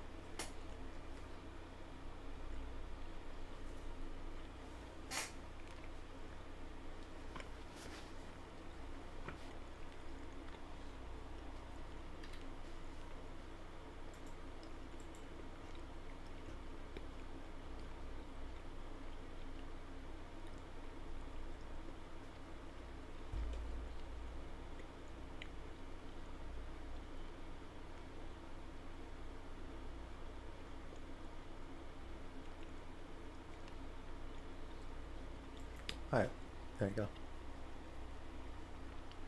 Okay. Order! Order! Council, how has this not come to light before now? After the incident, somebody must have righted the board and moved it into the position where the police, myself, and my colleagues saw it to investigate in the room. Witness, what do you have to say for yourself? What? Me, my lord?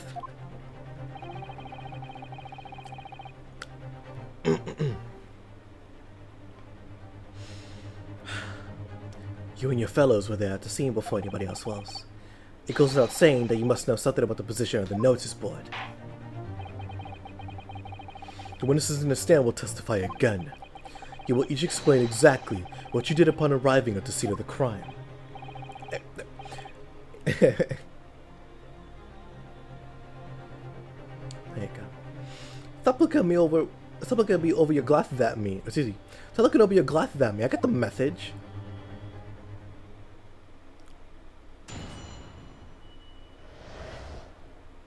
The mystery of the moving board. I don't know anything about that they're excuse me, I don't know anything about that they're notice board. I just want my hand on it, that's all. That's crazy that she's using her rump to light the match, like, my goodness. Well, don't look at me. I haven't got a clue about it. I was doing business with some second years at the time. I don't know anything about anything. I'm just a bystander, me. Just a sign at the crossroads of life. It was that Reaper, I bet. He got a face that screamed bored. Huh? I can't see how this changes anything anyway. The detective still died when we heard the gunshot. So none of you can elaborate further. Shaken by the crime they witnessed, and with only the light of a few candles and an oil lamp by which to see, we can't expect these witnesses to be able to give more precise account of what happened. That's right, yeah. Well, you don't pay to expect too much. It's a man's endless quest for knowledge that's destroying the world. That's what I think. Do you? Really? There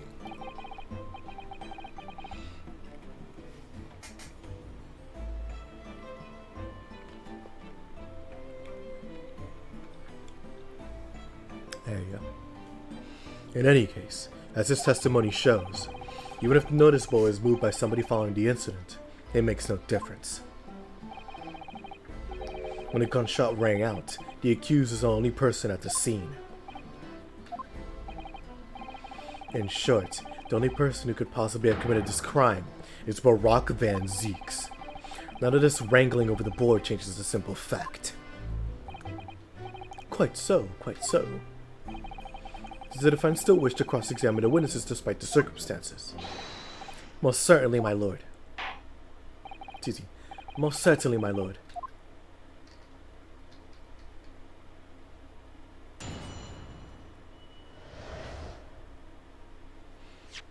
There you go. Very well. Then you may proceed, counsel. The mystery of the moving board. I don't know anything about their notice board. I just want my hand on it, that's all. So you admit that was teasing. So you admit that it was the board you wiped your bloody hand on. Admit it? What's he saying? Admit it? What's to admit? If they're playing the devil of the thief, a smashing print of my right hand. Perhaps you wanted to hide the handprint. So you righted the notice board and pushed it into the corner, did you? No. Imagine the weight of that great lump. Don't look like a powerful and well-nurtured man. Well, you did. Well, did you see anybody else moving the board? I've got nothing to steal, I can tell you, but even I have my limit. There was a body on the floor in front of me, and the Grim Reaper himself standing over it. And there was precious little light inside either. My bottom lip was all clover. In other words, this witness is unable to give definite testimony on that point. Yes, so it would seem.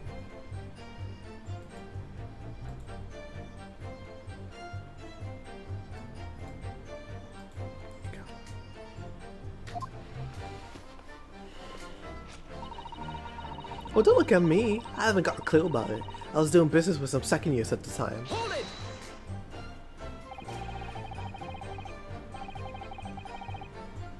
When you say you were doing business with them, you mean you were selling them fireworks? Yeah, what else? It's the Priory School just around the corner, see? Those cheeky little so-and-sos have got a plan to blow the school to Kingdom Come. So I've been telling on them, letting their teachers know what they're up to. Oh, you have? Yeah, won't want anyone to get hurt.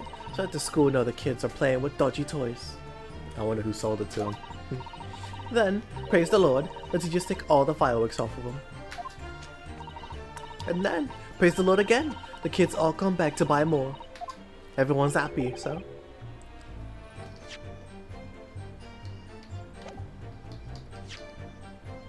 Everyone's happy, see? What a rocket. Of course. And sometimes the teachers give me a little bonus to thank me for letting them know. It's a busy old life. Sun explosives.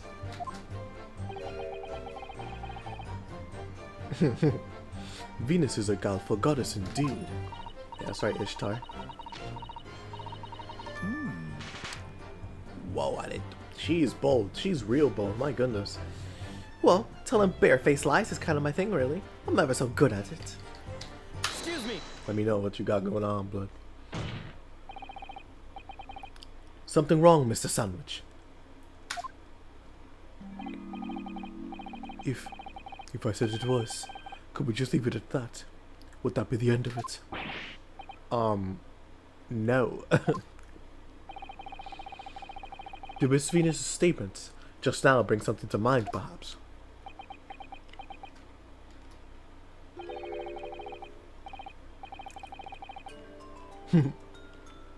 Philosophical thoughts. Deep philosophical thoughts.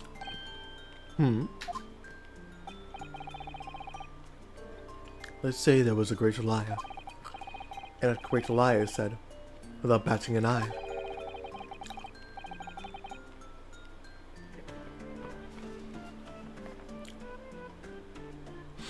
telling barefaced lies is kind of my thing. I'm ever so good at it. With those words, I hope be a lie too, or the truth.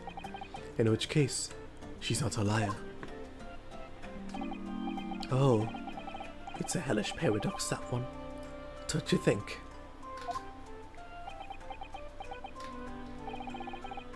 I'm not entirely sure, to be honest. But seems to me you're suggesting Miss Venus has been lying.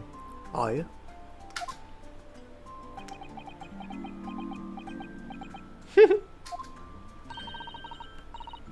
What are you on about, old man? Trying to cause trouble, are you?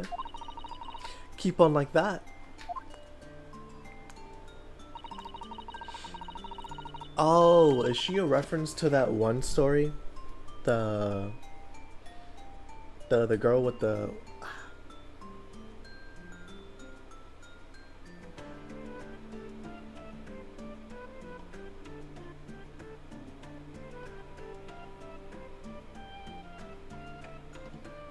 The Little Match Girl. I never read it. I never read that story, but I heard it was really sad, like...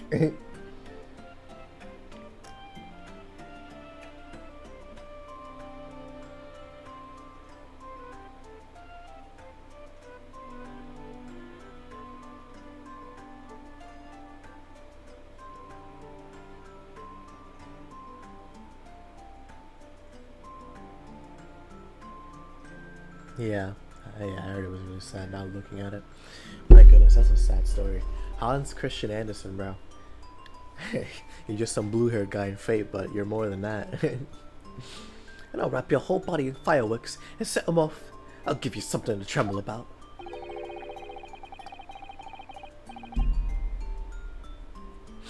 You have a startlingly disturbing mind behind that sweet and innocent face, young lady. So, Miss Venus has lied in her testimony. Is that what you're saying, Mr. Sandwich?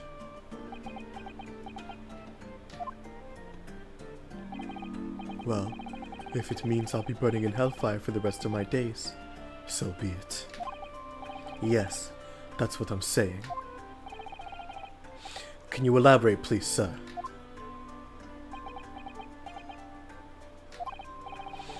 Old Blabbermouth here headed for the room where the gunshots seemed to come from. But there was someone else who crept up the stairs behind him, too. That's right. That rotten Naya over there.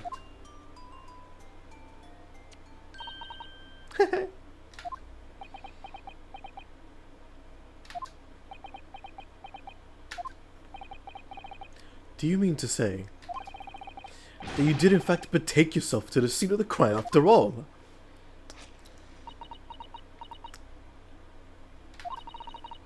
What did I tell you, eh?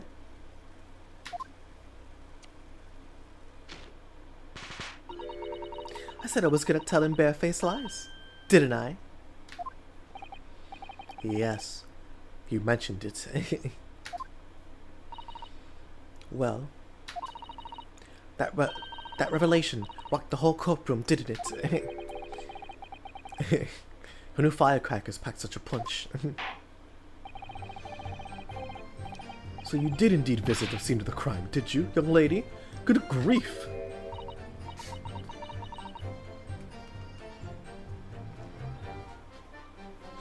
Well, now you come to mention it. I suppose perhaps. I do clearly remember climbing the stairs to the room, yeah? Either you clearly remember it or you don't. Well, I should consider a fitting punishment for this perjurious act later. For the time being, you will immediately amend your testimony to reflect the truth. Oh yes, my lord, of course.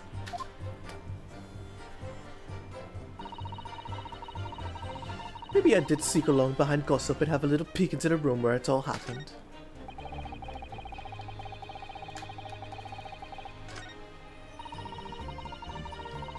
Hold it!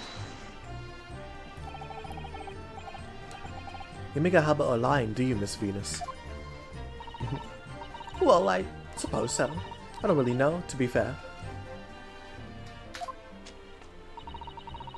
If you want my advice, though, I take everything I say with a big pinch of salt. Alright. But you did in fact go to the room where the victim was killed on the day in question, did you? Or didn't you? Oh, please. As if I would. I can't think of anything more terrifying. The truth, please. Alright, just a bit then. I mean, a girl my age is curious about stuff, you know. Did you touch anything at the scene? Oh, please, as if I would. I mean, there's a dead body there on the floor. The truth, please. Well, alright. Just a bit then. I had to look to see if there was anything I could sell.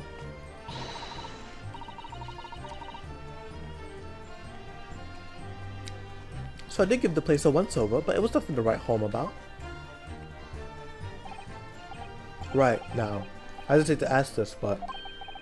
Excuse me, I hesitate to ask this, but... You didn't move the noticeable by any chance, did you? Oh, please. As if I would touch anything like that. Just a few bits of loose change is all I had.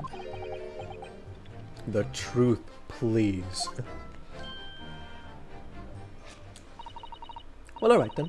I thought there might be something worth having underneath it. So I blasted the flipping thing. Sorry, flip the blasted thing. You're telling us that you did move the board? I think that did slip out, didn't it? What? You daft bomb put? Excuse me. You daft bomb put? I don't believe it. The girl doesn't think. So, did you find anything? Something that might have taken, that you might have taken perhaps, to steal, to use to sell.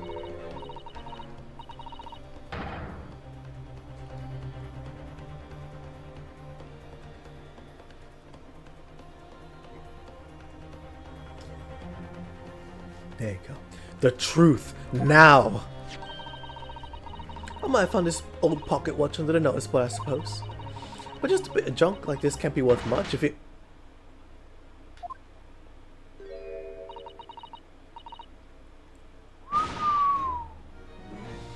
So it was you, was it? You're the one who took it. Gina? Young lady, I remind you where you are. That watch there. That was a present to Inspector Gregson from the yard. For a big old case. Usually for a big case he solved 10 years ago. The professor case, no doubt. The boss used to wind it up every evening without fail, when he was waiting for his grub to come to the pub. He used to come at the pub.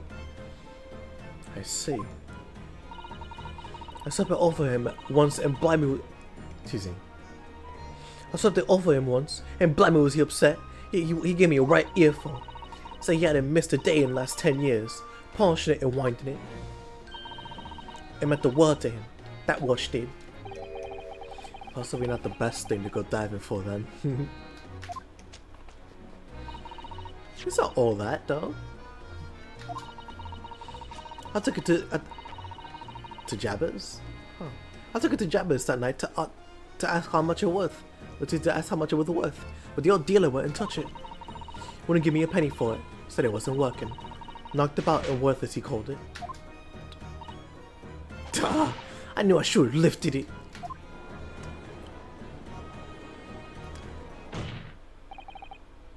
That watch must be submitted as evidence at once.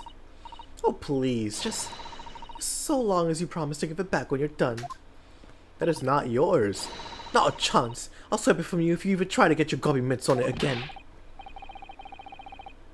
That's enough. Hand the watch to the bailiff forthwith. Now, children, watch your manners.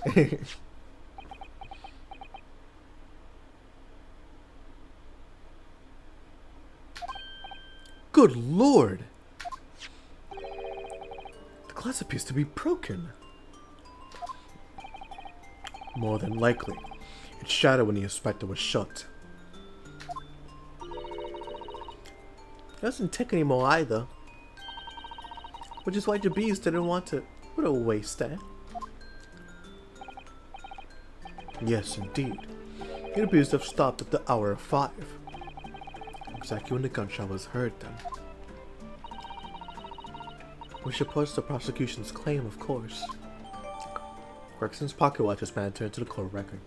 Gregson's pocket watch. Inspector Gregson's pocket watch that he wound without fail every single day. It's no longer ticking, and the glass over the face is cracked.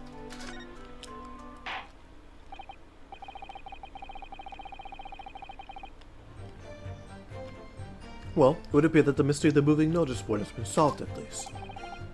And as predicted, it had very little bearing on the case.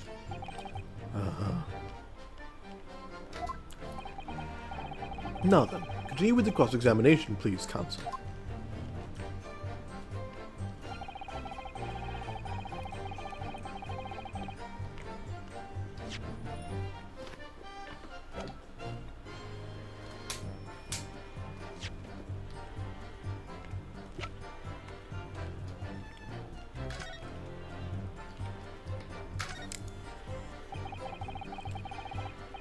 The glass over the face really is badly cracked. Look. What a shame that when the inspector clearly looked after it so carefully. I imagine Mr. Sholmes could repair it, don't you? Yes, I should think so. Very adept at things like this. A useful man to have around, in fact. But can't you remember that he's a great detective, Mr. Naruhodo? Not an odd job man.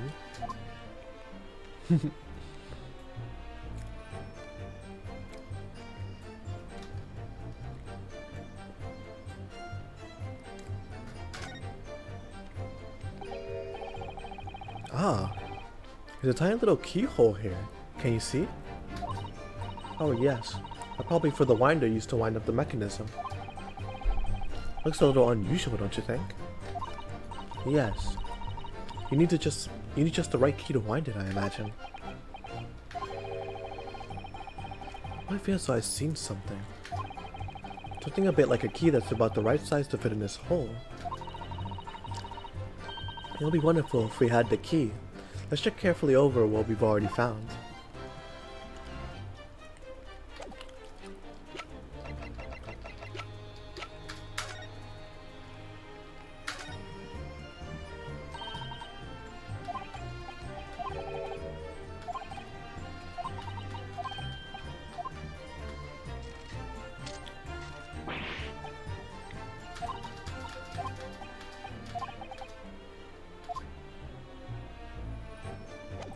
I thought they were gonna do it, but apparently not.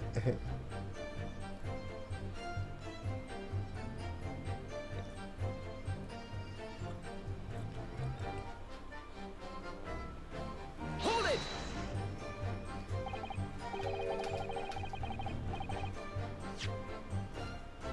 There you go. I don't know anything about anything. I'm just a bystander. Just a sign at the crossroads of life. But I really want to check it. Gotta stop talking with my mouth full.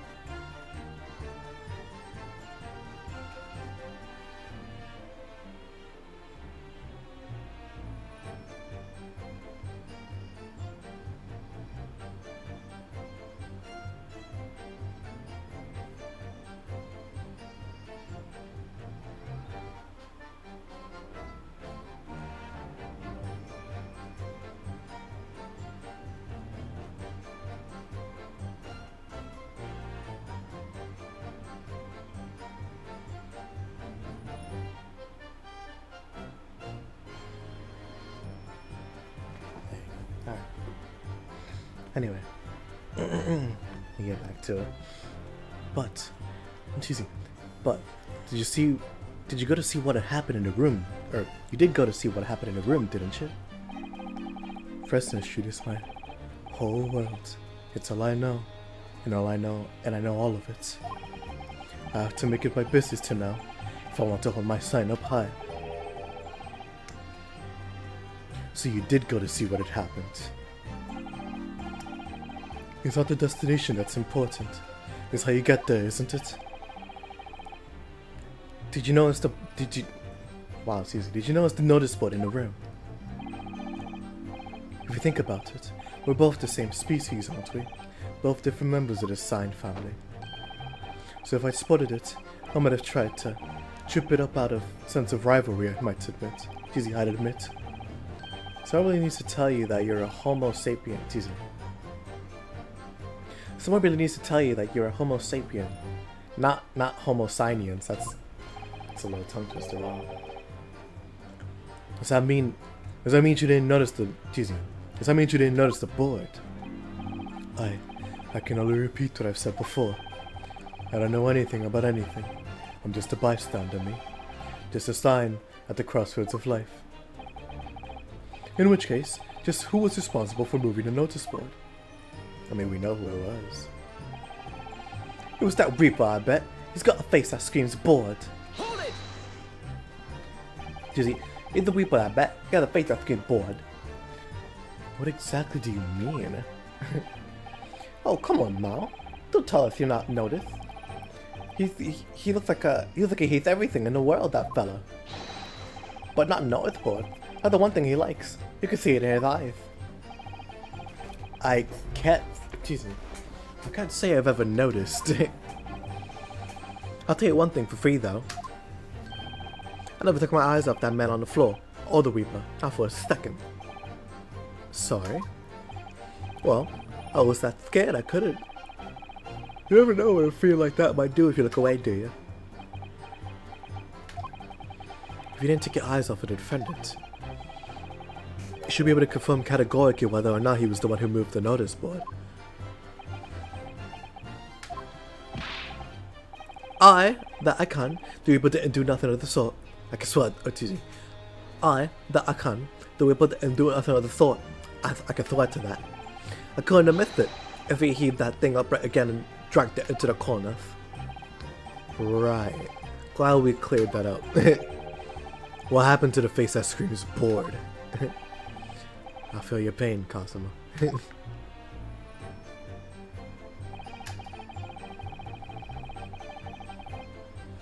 Hold it! It was 5 o'clock in the afternoon that you all heard the loud bang, wasn't it? Maybe the notice board fell over, or maybe it didn't.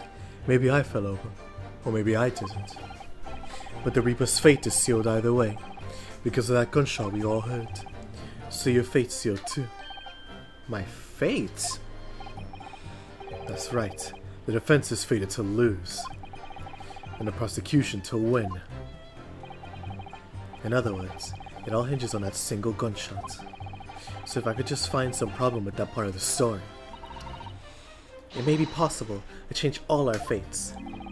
Of course, none of that changes the fact that I heard what I heard, does it?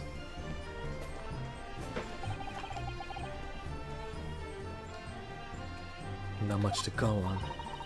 As you pointed out, Mr. Naruhodo, there's no question that the notice board was moved, so somebody must have done it. But it did happen after the event, so maybe Cosimo's right. It's not relevant to the case. He seems to have been deliberately positioned so as to hide the body from you. So I feel sure that there's some deeper significance to all of this. Yes, I know what you mean. I have no doubt there are more clues to be uncovered. You're on the right track. I can feel it. So follow your instincts. Alright then, let's do it.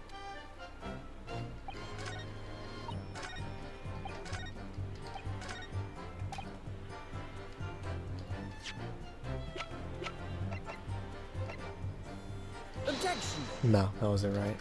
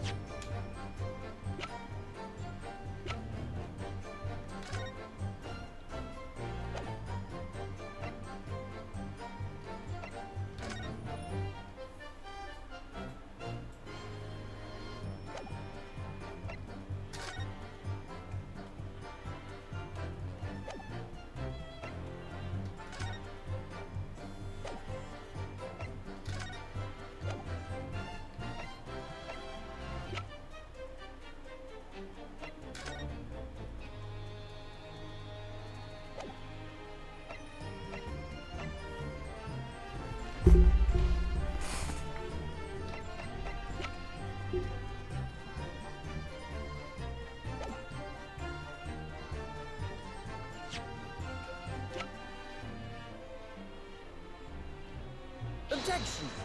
Yeah, no, that seems too obvious, right? So that doesn't involve her.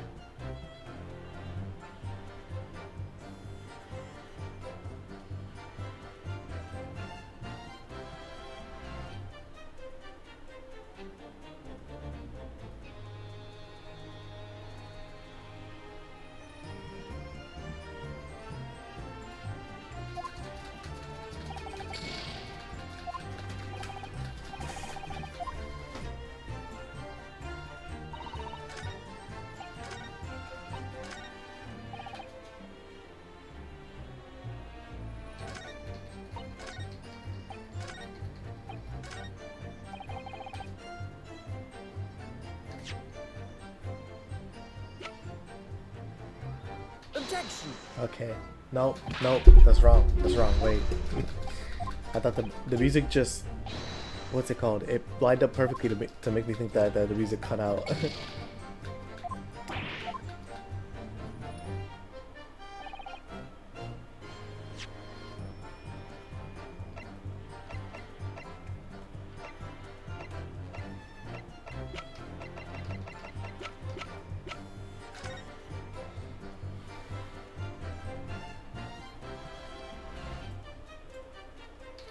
Oh, what the heck? Alright, let's see. There's a little tiny stump sticking out from the small hole here, look. I suppose there must have been a little note or something on that for a certain time. In that case, seeing as we know the inspector took such good care of the watch, probably broke when the incident occurred, didn't it? Excuse me, sorry. Yes, of course. Which can mean there's a small part of the watch still on the scene. Maybe.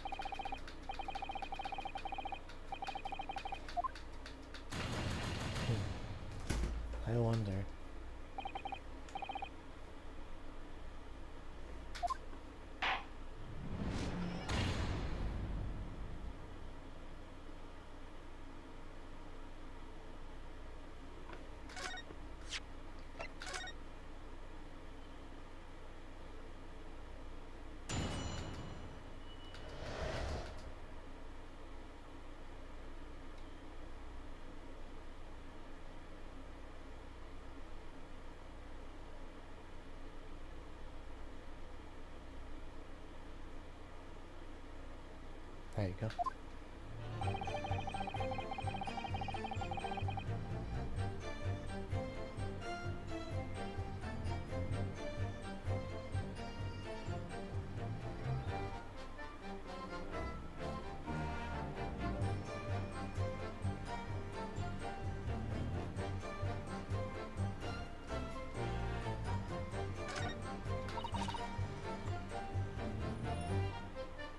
Hold it!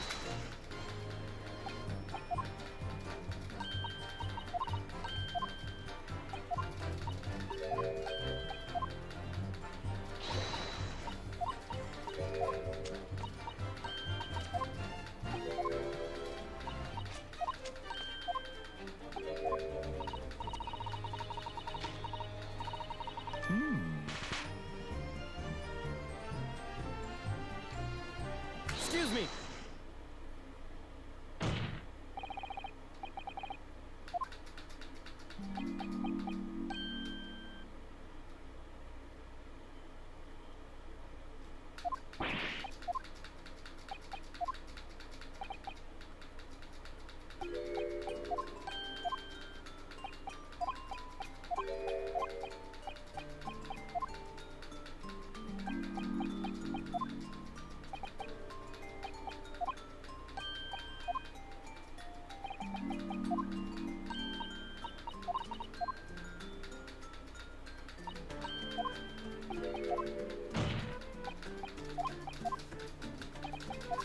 So, I used the guide here for a second to help me out.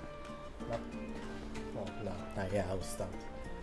It turns out I was right of presenting the Pocket Watch to Statement 5. It was just that I presented it before I explored everything on it. Because I'm not gonna lie, that little needle was a little small, so I didn't realize that. But yeah, let me just do this here. Just catch us back up to speed.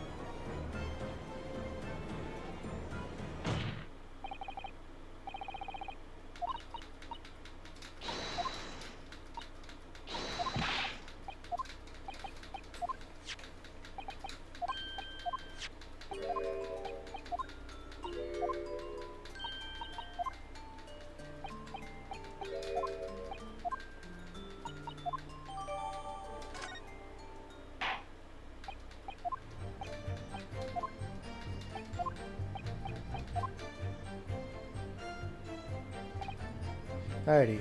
Hold it! No, I did not mean to press you. Alright, core record. Let's get this sorted and out of the way immediately. Yep, already investigated you, that's good. Pop.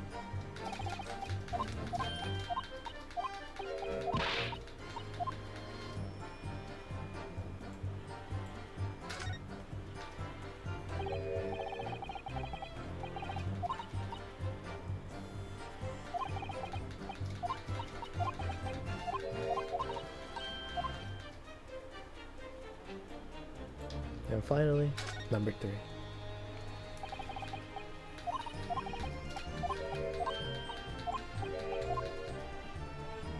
There you go.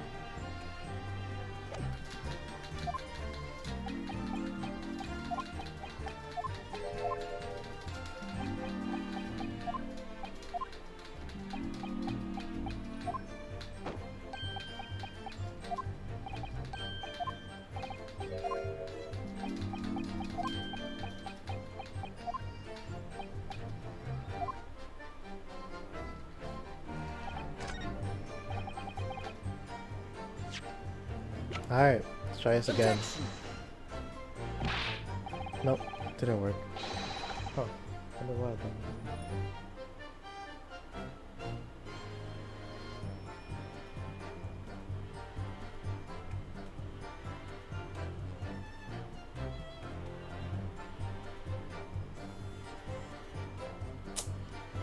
That, okay, never mind, I see.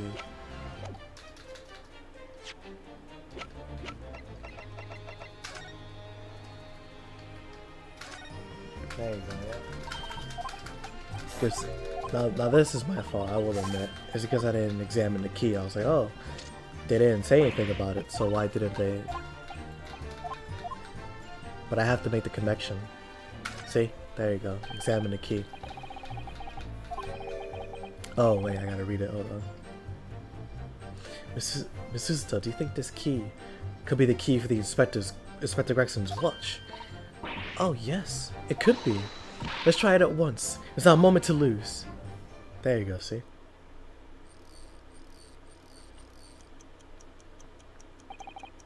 I knew it. A perfect fit. And look, the Inspector's watch has started going again. Ah, so obviously has just not been wound up. That's all. What is it, Miss Suzuto? Well, if the watch isn't actually broken after all, I'm feeling it could have profound implications. She's deep in thought now. Perhaps I better start with thinking deeply too. There you go. Inspector Gregson's pocket watch that he wound without fail every single day. Having wound it up, it started ticking again. Well, so much for not looking things up, but oh well. It is what it is. I'm here to consume the story. Well, play the story. I love this game.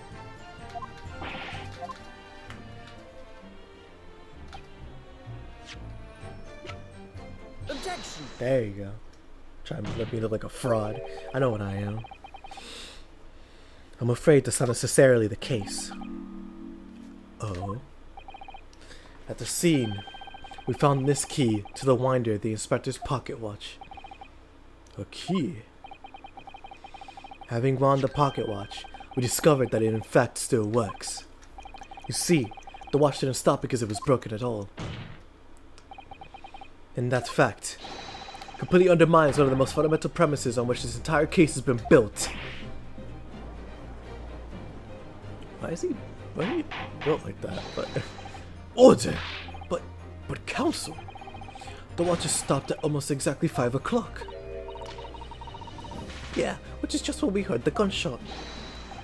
It is exactly the hour. The time that was showing on that watch tells us nothing other than it would other than when it wound down. It's merely a coincidence, but it happened to be at 5 o'clock. He's not smiling. Even if that's true, the 3 witnesses here all heard the gunshot at 5 o'clock. So that's obviously when a crime was committed. No, that doesn't hold. Why not? Recall what Inspector Lestrade said only moments ago. The boss used to wind it up every evening without fail when he was waiting for his girlfriend to come at the pub. He said he hadn't missed a day in the last 10 years, polishing it and winding it. It meant the world to him, that wash did.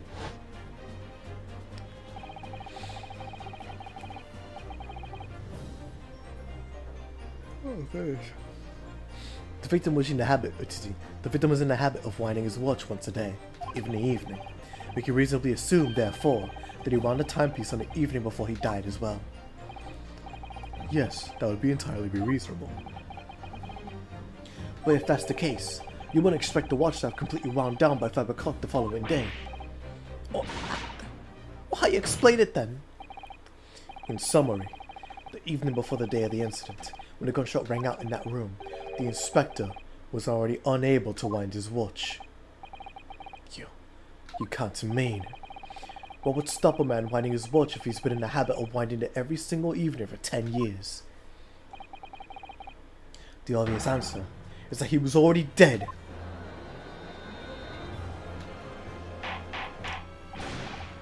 Order! Counsel!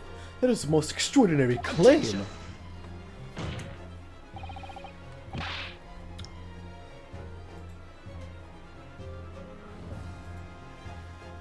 Extraordinary isn't the word.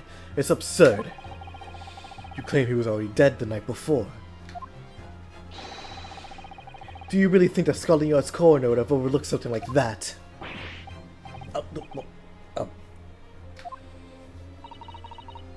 On that subject, there is something rather surprising. There's actually an omission in the coroner's report. The time of death is not noted. Oh, that's right. Wait a minute. You're forgetting that my leg went from under me when I kicked the door in. What do you mean? Like I said, I planted my hand in a dirty great puddle of blood. Yes, so the victim's blood hadn't dried. It was fresh. He cut it down fast, doesn't he? Objection. But the blood could be explained in any number of ways. It could have been put there afterwards. Some fresh blood could have been poured over the victim's body after he... Does my learned friend think that fresh blood is available on every street corner?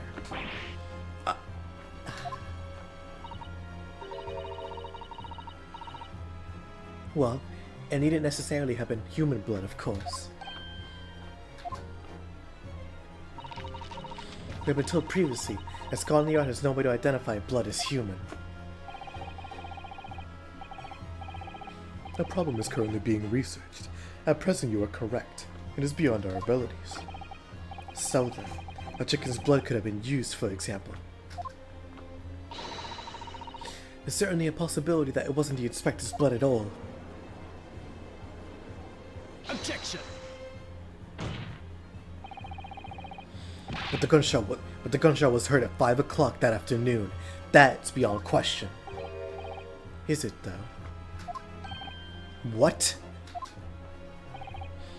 Given at the time of death of the victim has already been called into question. It is beyond the realms of possibility that what these witnesses heard wasn't a gunshot at all. Oh please, what are you trying to say? You thought know what we heard, and it was a loud bang that came from that room. Now you listen to me, now you listen to me. A street seller's ears are his livelihood. I don't doubt your ears, sir, but you all can state with certainty is that you heard a noise. Explain yourself then, counsel. A noise that sounds like a gunshot that could have been made with. Take that! Something like this. The culprit could have set off one of these to fake a gunshot. Good gracious! The very fireworks that are sold by the witness. Now hold on a minute. Are you saying I did it? I bet you little fireworks only make a little pop anyway. See? Not 100 of them together. The Venus special that you sell for 600 pennies sounds like this. As the code can now attest, it sounds very much like a gunshot. In fact, there's a smile. I was wondering where it was. Wondering where it was this whole time. You're trying to suggest that somebody set one of those fireworks off at the scene.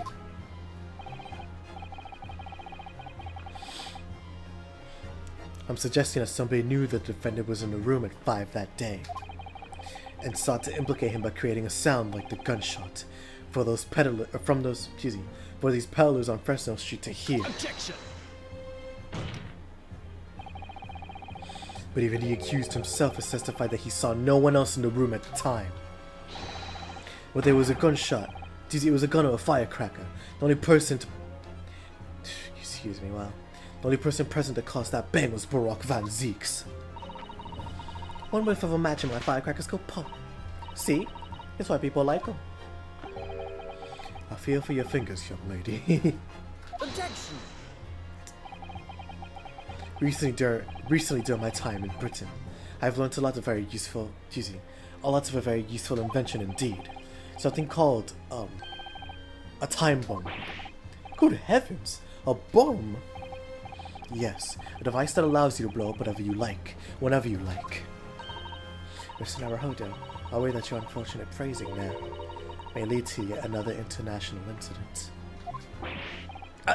No, wait, it's whenever you like. Part that's important.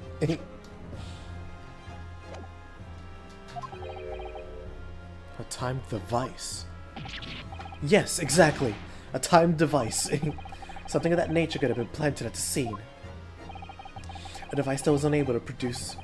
I was able to produce the sound of a gunshot long after the Cobra had left. Your extravagant claim will have to be substantiated with evidence, counsel. What proof do you have to suggest in any way that a timed device was employed to create a gunshot wound?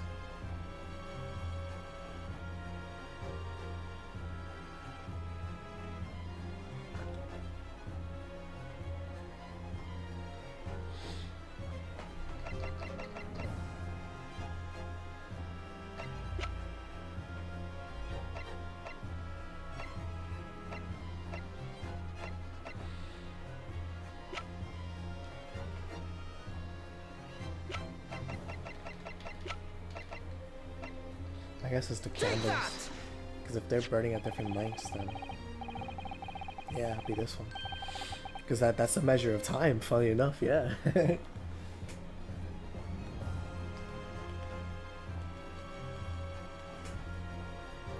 As the core has already discussed, the tip of one of the candles in the candelabra has been blown off. Indeed, because it was struck by the bullet, which presumably passed through the victim.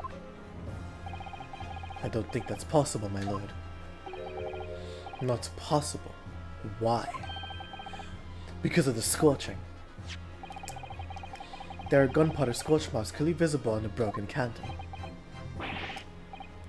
There are? Goodness, yes. But it is not the case. Is it not the case that there was also scorching on the victim around the bullet entry wound? That's right, there was. But we also heard earlier, scorching like that only occurs when a target is at very close range, a matter of centimeters from the gun. Which means that the scorching on the candle can't possibly be a result of a gunshot. You're suggesting it came from a firework? How can that be? The fact that there's such a visible scorching on the candle suggests that the fireworks must have been right next to it when they exploded. Or to put it another way, the candle and the firecrackers were joined together.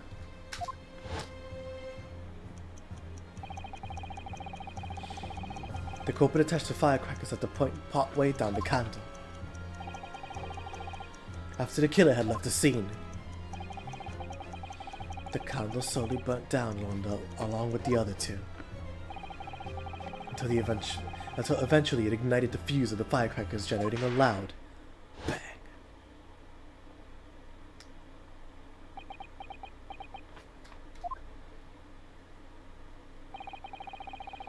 And that is how these two witnesses came to believe they heard a gunshot at 5 o'clock. Well, what a plot. And this implies that the victim could have died earlier than we've been led to believe. The previous day, even. Now, just hold your horses. All of us here saw the victim going into the building, remember? I couldn't forget the flame-colored hair even if I wanted to. The person you saw entering the building wasn't the victim at all. Consider this. Obviously anybody could wear a wig. So the person that these witnesses saw entering the building 15 minutes before the incident occurred could easily have been someone else entirely, wearing the red hairpiece. Someone else? Do you mean to say it was the same person who contrived the firecracker firecracker trick?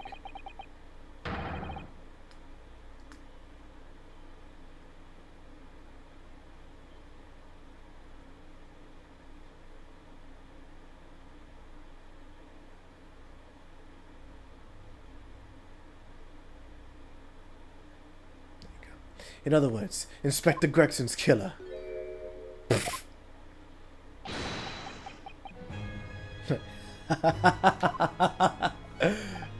Oh, very impressive, Ryunosuke Naruhodo. Kazuma? I'm really quite amazed you've come this far. But after all, wasn't I the one who told you that you had all the makings of a great defense lawyer? I also noted the lack of time of death in this report. A stark omission.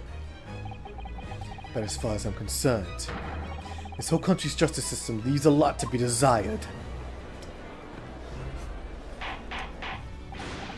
Order! Prosecutor Asogi, what on earth do you mean by that statement? I hear that many of the leading members of Britain's judiciary are present to observe this trial today, so we cannot allow even the slightest doubt to be overlooked. The defense's assertion about the time of death based on the victim's stopwatch is just conjecture. But, while the possibility exists my learned friend may be correct, we have a duty to explore it. Well, certainly. I would agree with you. And what immediately comes to mind is, of course, what was Inspector Gregson doing and where did he go on the day before the incident? Do you know? Do you? No, I do not.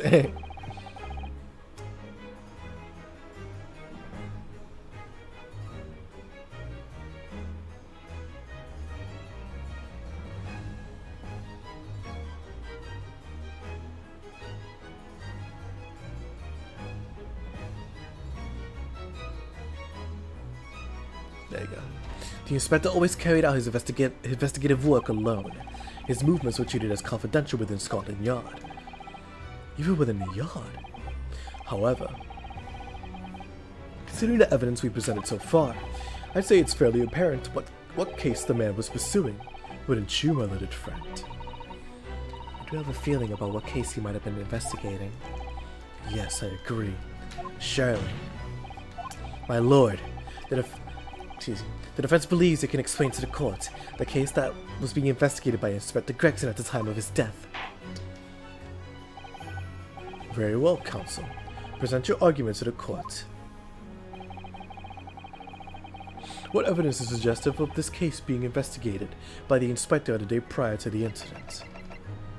Take that! I believe this red hairpiece points to the answer. We might assume it was part of a disguise. Sorry, give me a second. Let me see. In a land where her people hurt more people, F calling that culture.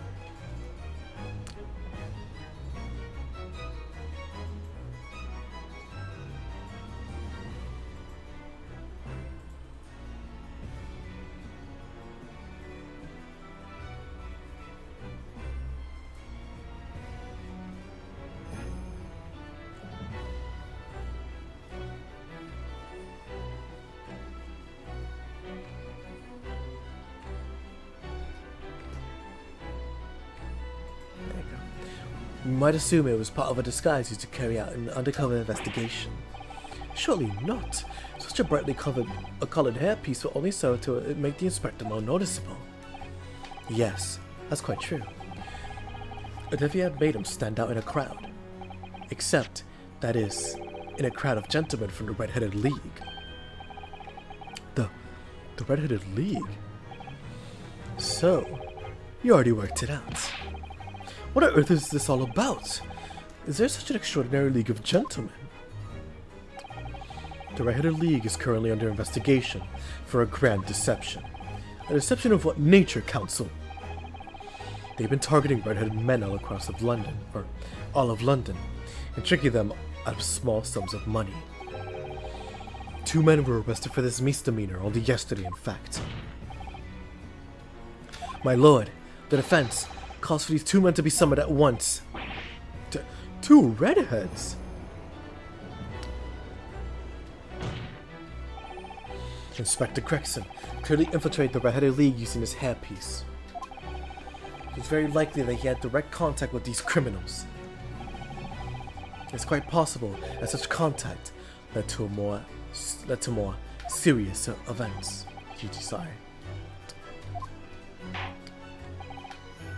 I concur that we cannot in good conscience leave this new avenue unexplored. Well done, Mr. Naruhodo. Well, it's a possible line of inquiry for us, at least. The prosecution will make immediate arrangements for the charged men to appear. Bring these 2 red-headed league conspirators before me, Prosecutor Asogi. At once, my lord. Very good. We will have a 30 minutes recess. Court is adjourned.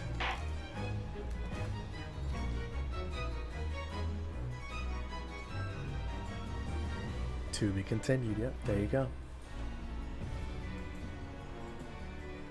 It's almost 3 o'clock. This will be a good time to end it. And it is. But I want to go a little bit further. Just a little bit. I want to see the beginning for this trial, for this next section. And after that, I'll be good. Let me just read this section. Oh wow, you look at that. It's 12:36. Only 3 minutes off of the time listed in the game. 2nd of November, 12:33 p.m. The Old Bay Defender's Antechamber. Oh, there you are, Odo. What kept you, my dear fellow? Oh, hello, Mr. Sholmes. Gina. You sure about what you said in there?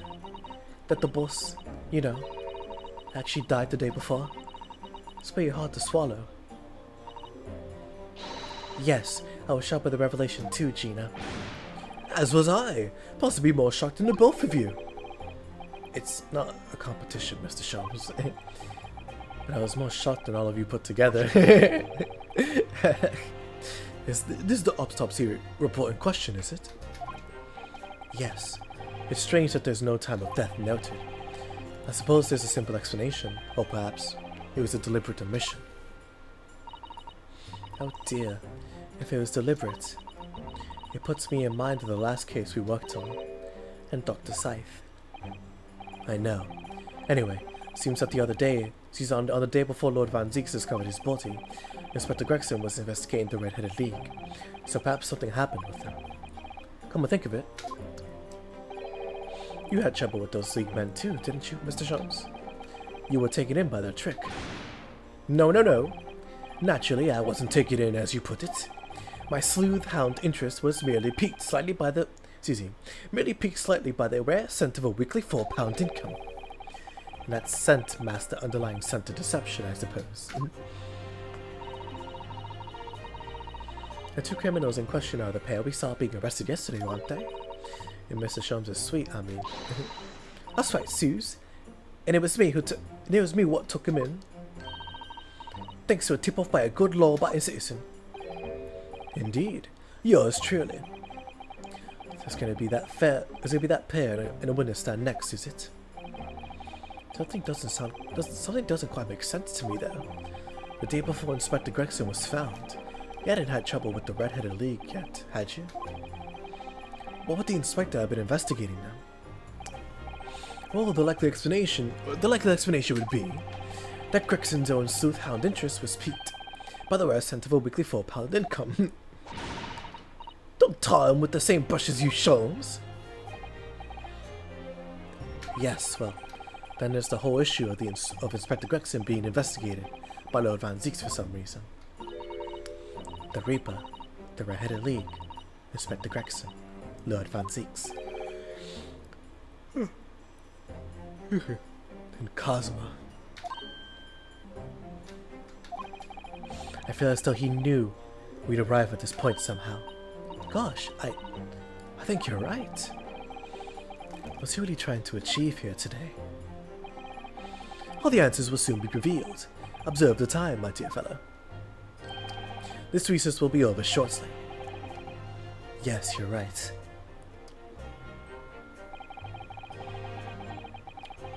Cosmo was determined that he should be one to prosecute this trial. He was determined that I should take the defense.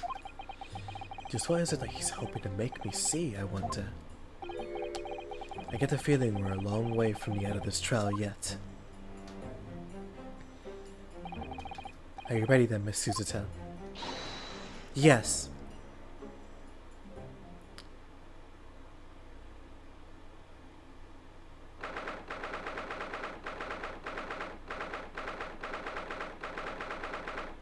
There you go, okay.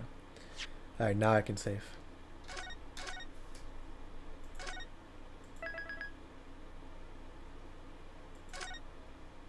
There you go.